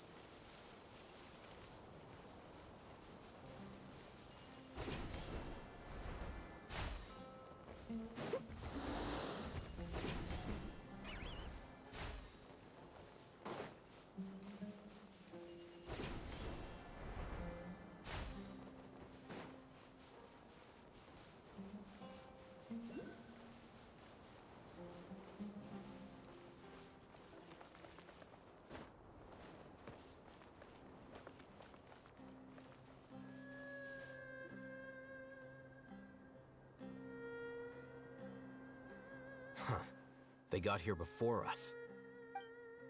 Uh-oh. Is it because Paimon overslept by 5 minutes and held everyone up? Is everything ready? Absolutely. Although, you brought fewer people than I imagined. Bring him over.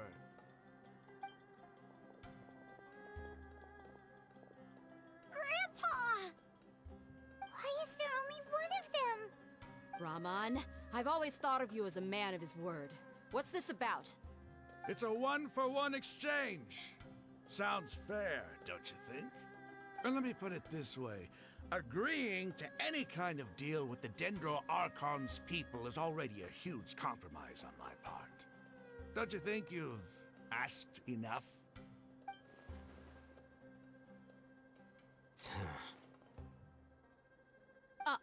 You stay right there!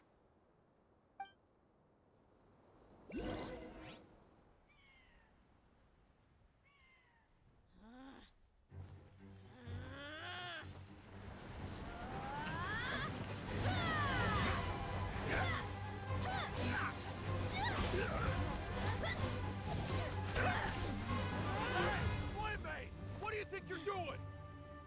Grandpa! Don't you see this blade here? You coward! Why are your hands shaking? Wait a second! It's a earthquake! Grandpa!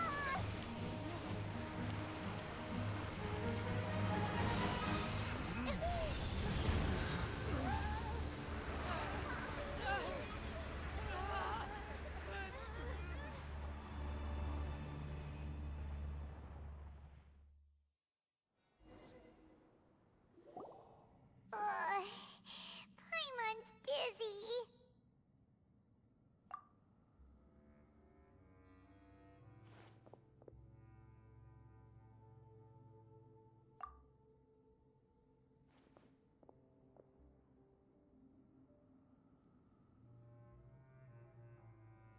This day's going just great.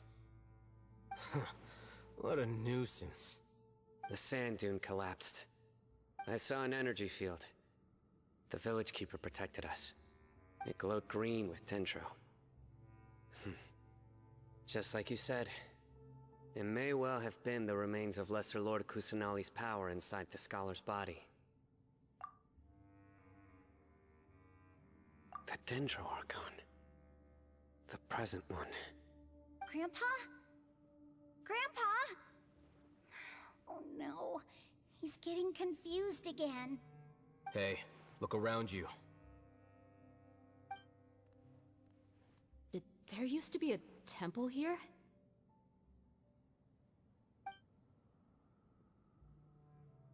It seems that when the sand dune collapsed, it exposed these underground structures. The symbols on the gate belong to King Deshret's civilization. This structure must be ancient. Over time, the sandstorms completely buried it and left it in the state we see now. It could have been an underground palace in the distant past. Oh, a miracle. Praise King Deshret! What's he doing here?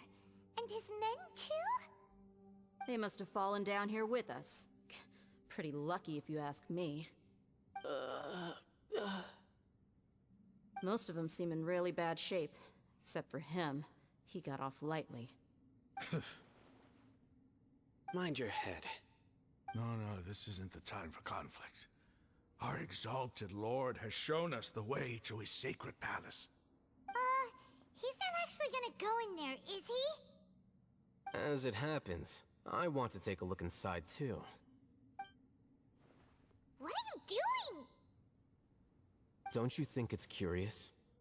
1 minute, Lesser Lord Kusanali's power protects us from harm, and the next, remnants of King Deshret's civilization appear. Two major deities are vying to showcase their power to us. It would be a shame not to witness them both. Paimon thought you weren't interested in gods. Indeed. In my view, gods are just a higher form of living being. Or creature, you could say. New discoveries are always worth investigating. Whether they have anything to do with gods is neither here nor there. Raman, what are you gonna do about your men? I'll just let them lay here. King Deshret will take care of his people. Right now, I'm going inside.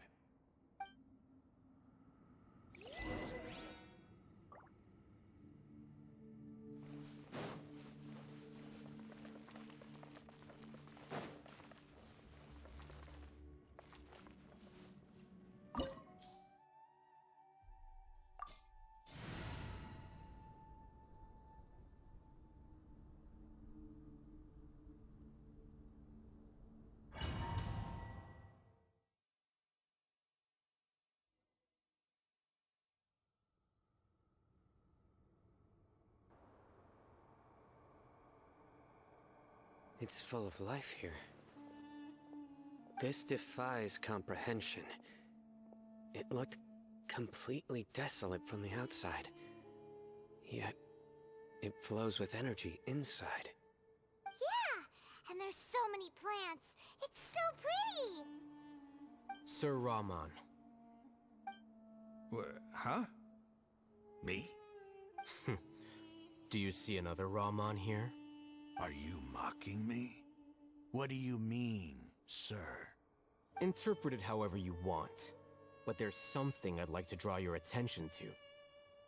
While this structure is clearly left over from King Deshret's civilization, the energy that flows in here is that of the Dendro Archon. Whatever you say. It's not like I have a vision.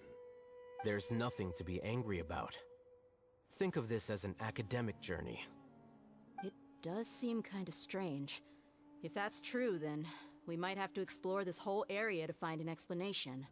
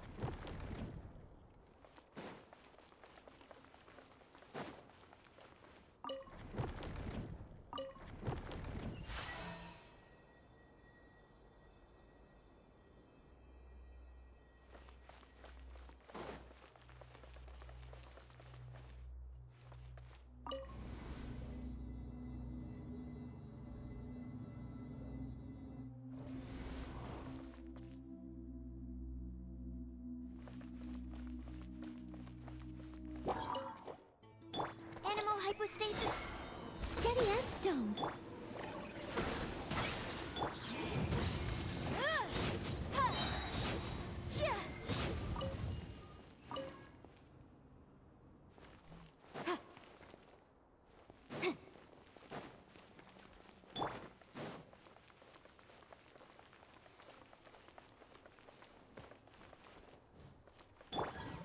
Stand clear. I must leave no stone unturned. Breath of the flame!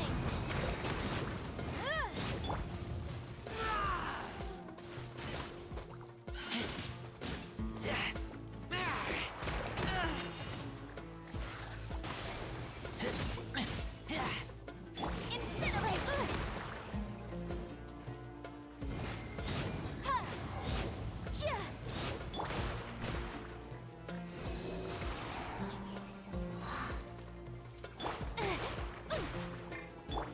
Leave it all to me.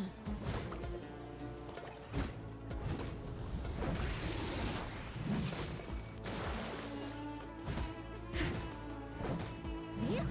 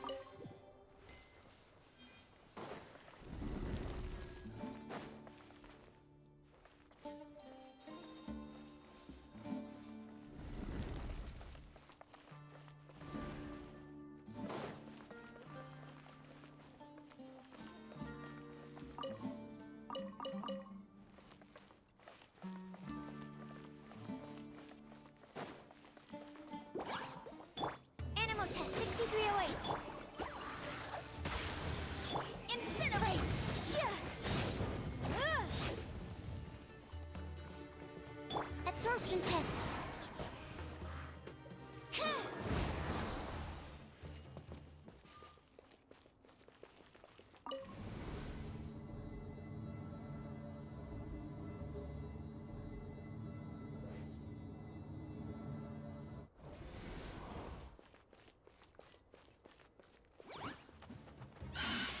Swirl, Mark 2.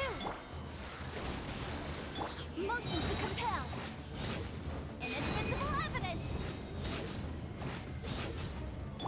I must leave no stone unturned, as a good knight should.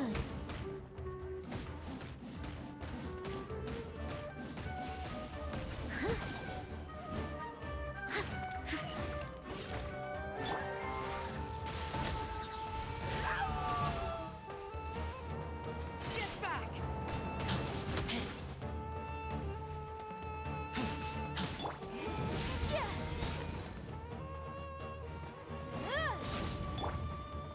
Stand clear.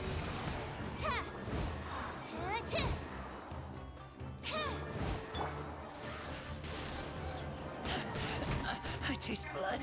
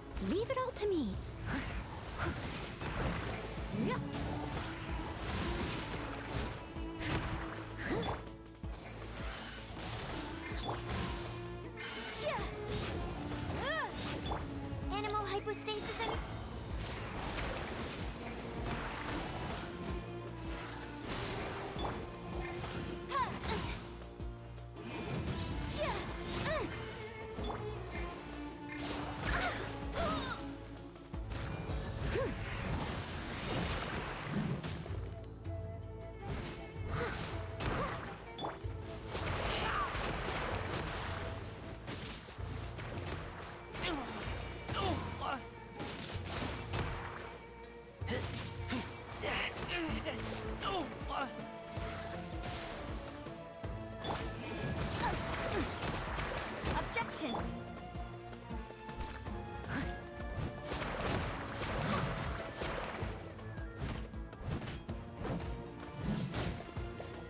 Stand clear! Animo test 63... Incinerate!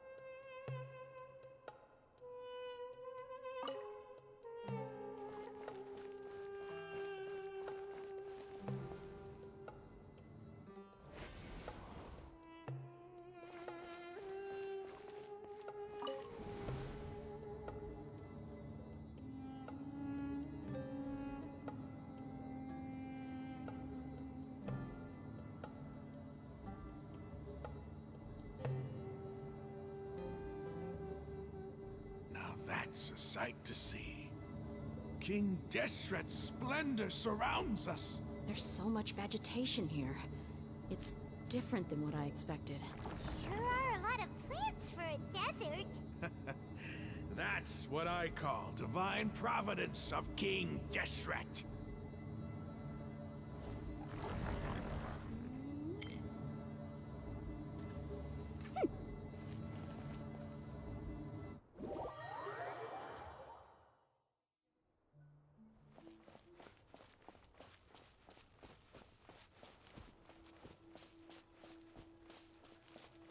It's getting brighter! Oh, it looks so beautiful!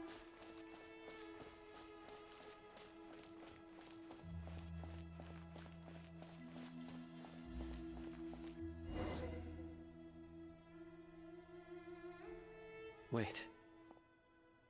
What's that?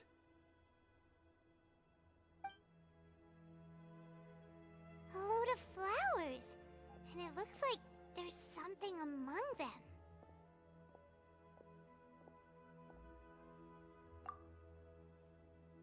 These are King Deshret runes. They left something behind. Yes. It's an elegy written in an ancient script. What does it say? Here lies our faithful priest Kasala. His wisdom is a miracle among the people, deserving of high praise and admiration. You can read ancient King Deshret script? Of course. Every student needs to master at least 20 languages before they graduate. He's not serious, right? There's still something off about this place. The elemental energy here is too concentrated. The scent of life. Is it trying to tell us something? Is this it? Analyzing.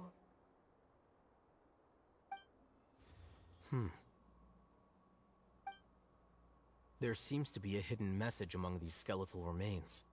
Excellent. There's a device from King Deshret's civilization in this gravesite. I'll transmit the information over and project it for everyone to see. Isn't sharing knowledge against the Academia's rules? Yes. However, under the circumstances, I'd prefer you to see this for yourself. You'll understand after watching it.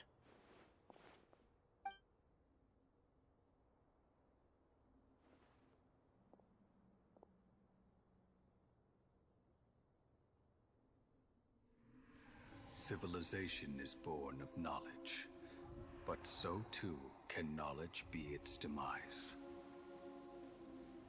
A disaster caught us unaware. It was knowledge that did not belong to this world.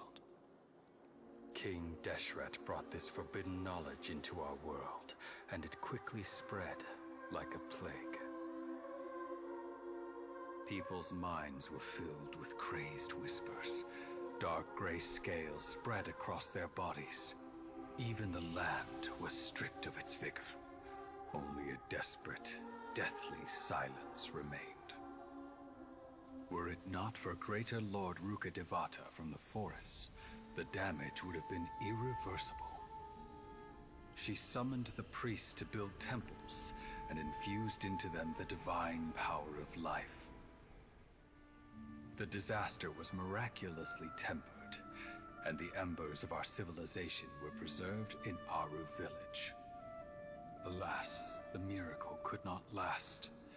As long as forbidden knowledge continued to exist, it would forever blight this world. In the end, the proud king of the desert, my eternal lord, chose to sacrifice himself. I have spent my whole life since guarding one of these many temples. But now, my duty is coming to an end. As I close my eyes for the final time, the sight of that noble deity will appear in my vision once more. In helping King Deshret to eradicate forbidden knowledge, she exhausted her strength, and her form became that of a small child. How strange. Now that I think of her, I no longer have any fear of death, for I sense that the spirit of life will abide with me during my eternal sleep. Children of the desert, cling no longer to past grievances, but hold tight to the memory of this act of benevolence. What was that? The priest's memories. No, impossible. Greater Lord Rukkhadevata. So the former Dendro Archon and King Deshret were never enemies at all. But this doesn't make any sense. The Dendro Archon's followers, they're clearly... Was that the former Dendro Archon? She became so tiny in the end.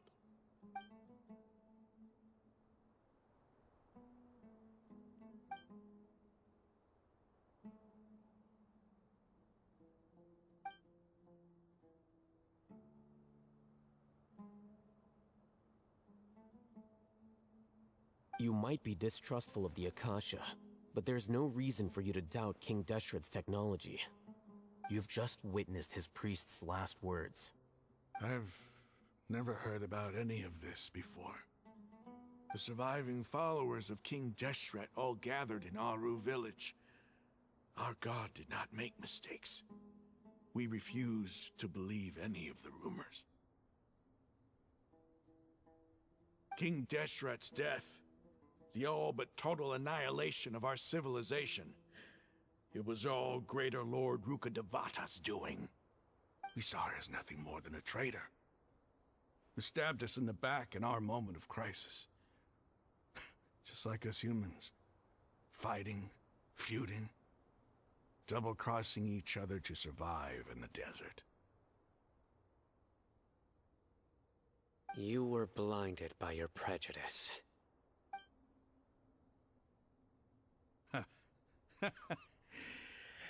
If I hadn't seen this for myself, if I hadn't witnessed his last words with my own eyes, ears, and heart, how could I ever begin to accept this? The truth is so far from what I've always known. Am I really supposed to believe that after all these years, all this time seeking revenge, suddenly now my enemy is my savior? Raman, that's enough. Give it a rest. You're starting to make a fool of yourself.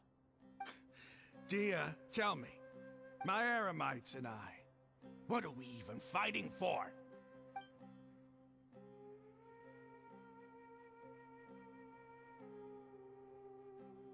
Hey, how you doing?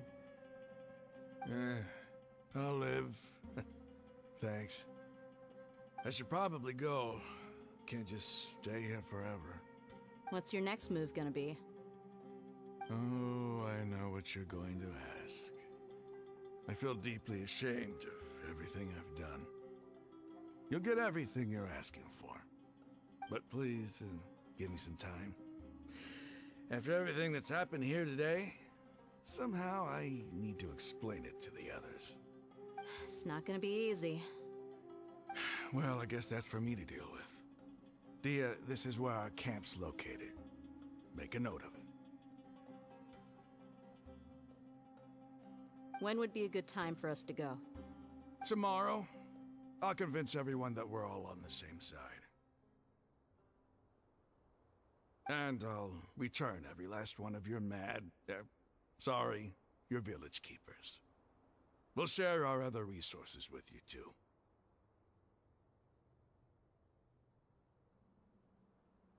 You seem to finally understand that our true enemy is the sages. Yes. The gods never gave up on anyone. It's the people responsible for all this that need to face the consequences of their actions. That must have been rough, but he seems to have figured things out now. Ramon's no fool. Being the leader of your own faction in the desert is no easy feat. It's too bad he was held back by his belief in King Deshret. But now that that's changed, I guess we have a few more people on our side. The outcome, at least, is favorable. We should get going too. Let's head back, have a proper meal, and a nice, long sleep. We'll need all our energy tomorrow.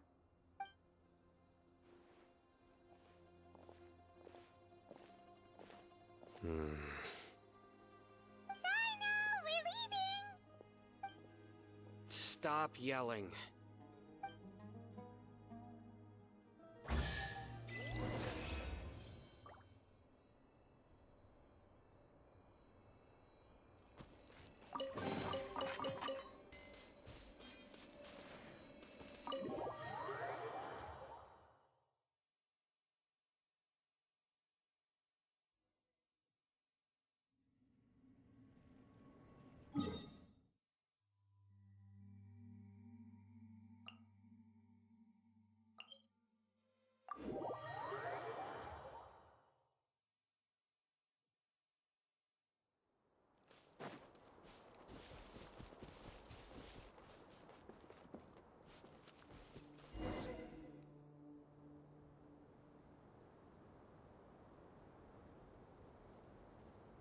Raman, we're here.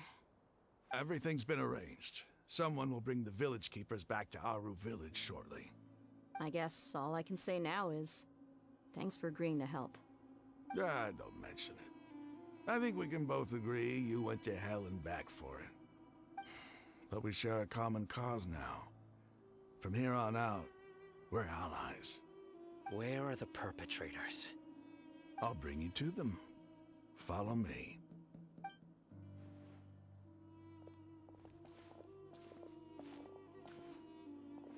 So these are the people who kidnapped the village keepers.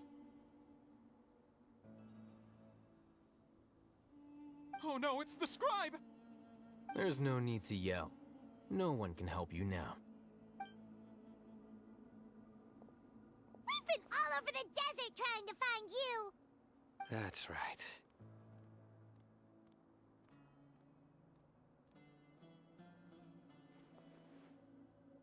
General Mahamatra? No, no! Make it quick, please! Swift and painless! Whoa! The moment they set eyes on Sino, they turn pale like they've seen a ghost. You should have known that I would be coming for you. Wait, we were just following orders. You know what I'm talking about, right? There's no way we could have done all this by ourselves.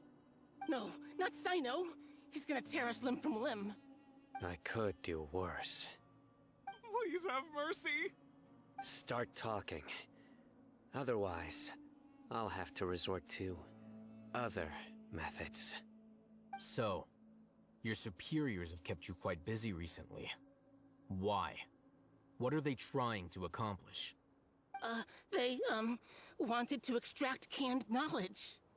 Don't play dumb. You know what I'm really asking. They extract divine canned knowledge. Then what? I really don't know how to explain it. Well, you better start talking or you'll be sorry. You don't want to make things any more difficult for yourself, do ya?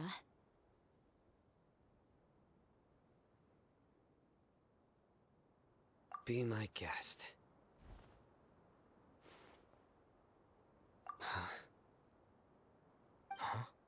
Uh-huh.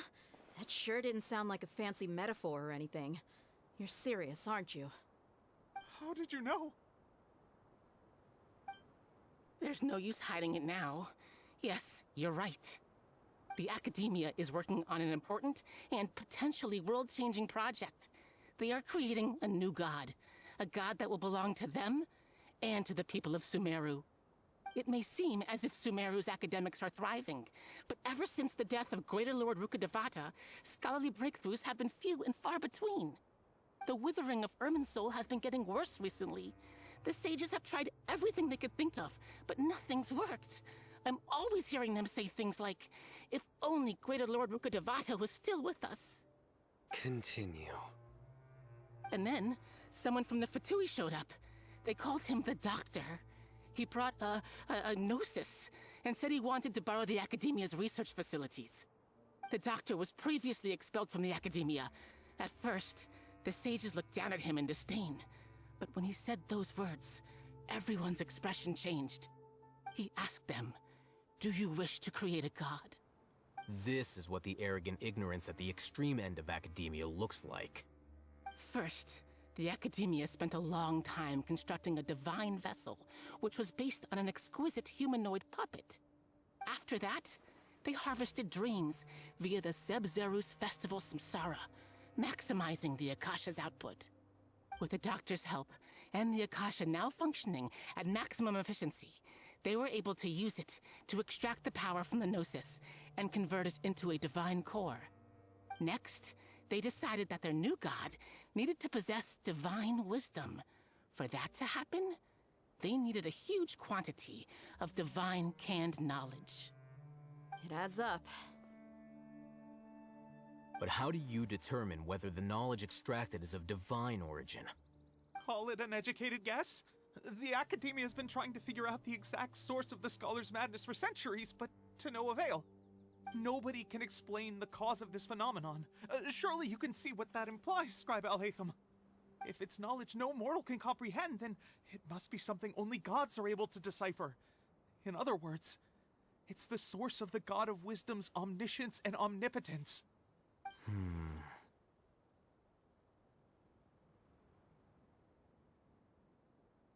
You must have noticed by now. The Academia doesn't care about who their god is. It's the ability to exercise control over knowledge and wisdom that matters. It is as if they are cursed with a desire for omniscience and omnipotence that burns in their blood. Some organisms demonstrate phototaxis, and thus orient their entire lives in respect to sources of light. For the sages, their only source of hope is the existence of a deity who embodies the acme of wisdom. This is but a form of phototaxis. For many scholars, the absence of a god of wisdom means stumbling in the darkness for the duration of their lives. Then what does Lesser Lord Kusanali mean to you? Is she not a true god present in this world? If you already have a new god, why try to create another one? From the beginning, the Academia has never treated her as a god. When the Academia first discovered Lesser Lord Kusanali, the newborn god of wisdom, the sages hoped that she would be as wise as Greater Lord Ruka Devata. But upon evaluation, they found that at the time she possessed no more intelligence than any ordinary human child. The sages never had a ruder awakening. This forced them to accept that Greater Lord Ruka Devata had indeed passed away. Not to mention that Lesser Lord Kusanali's gnosis had been used to power the Akasha this entire time. By herself, she has neither an Archon's raw power, nor the spectacular insight expected of a god of wisdom. Slowly but surely, people began to forget about her existence. So, this is the path the sages have chosen.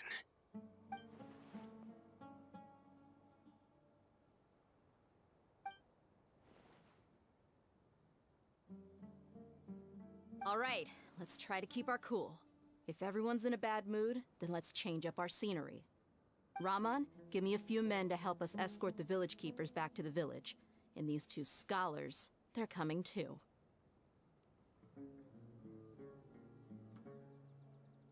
Sure, as you wish.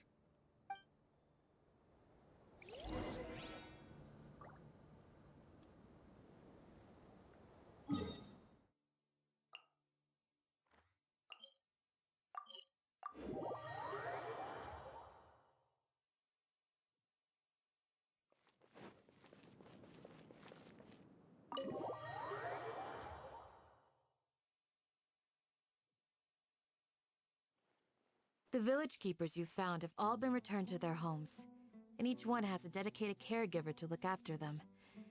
The two new scholars are being kept under close supervision, too.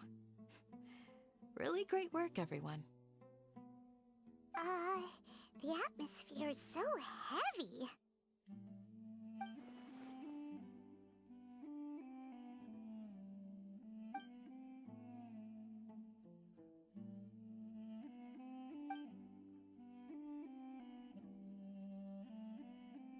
Hey! Say something! Stop spacing out! Come on, is there nothing left to talk about? In that case, let's all get some water and try to think about something else. Or I can go fetch some snacks. Oh! Paimon's so coming with you! Do you have any plans, Traveler? Gods above, you're not talking about work, are you? So you were still withholding some information?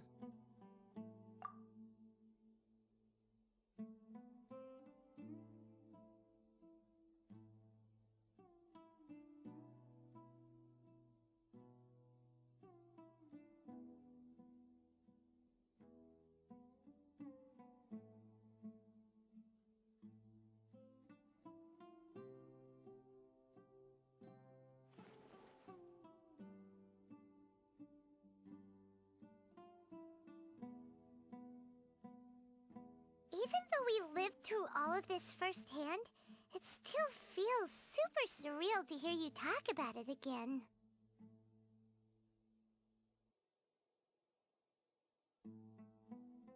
What a whirlwind of a story.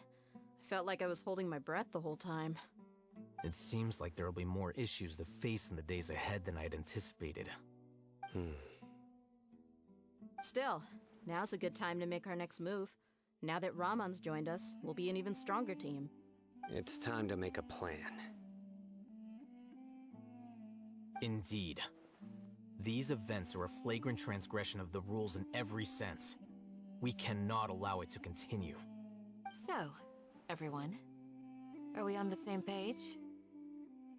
Crush the sages and rescue our god. That is our ultimate goal.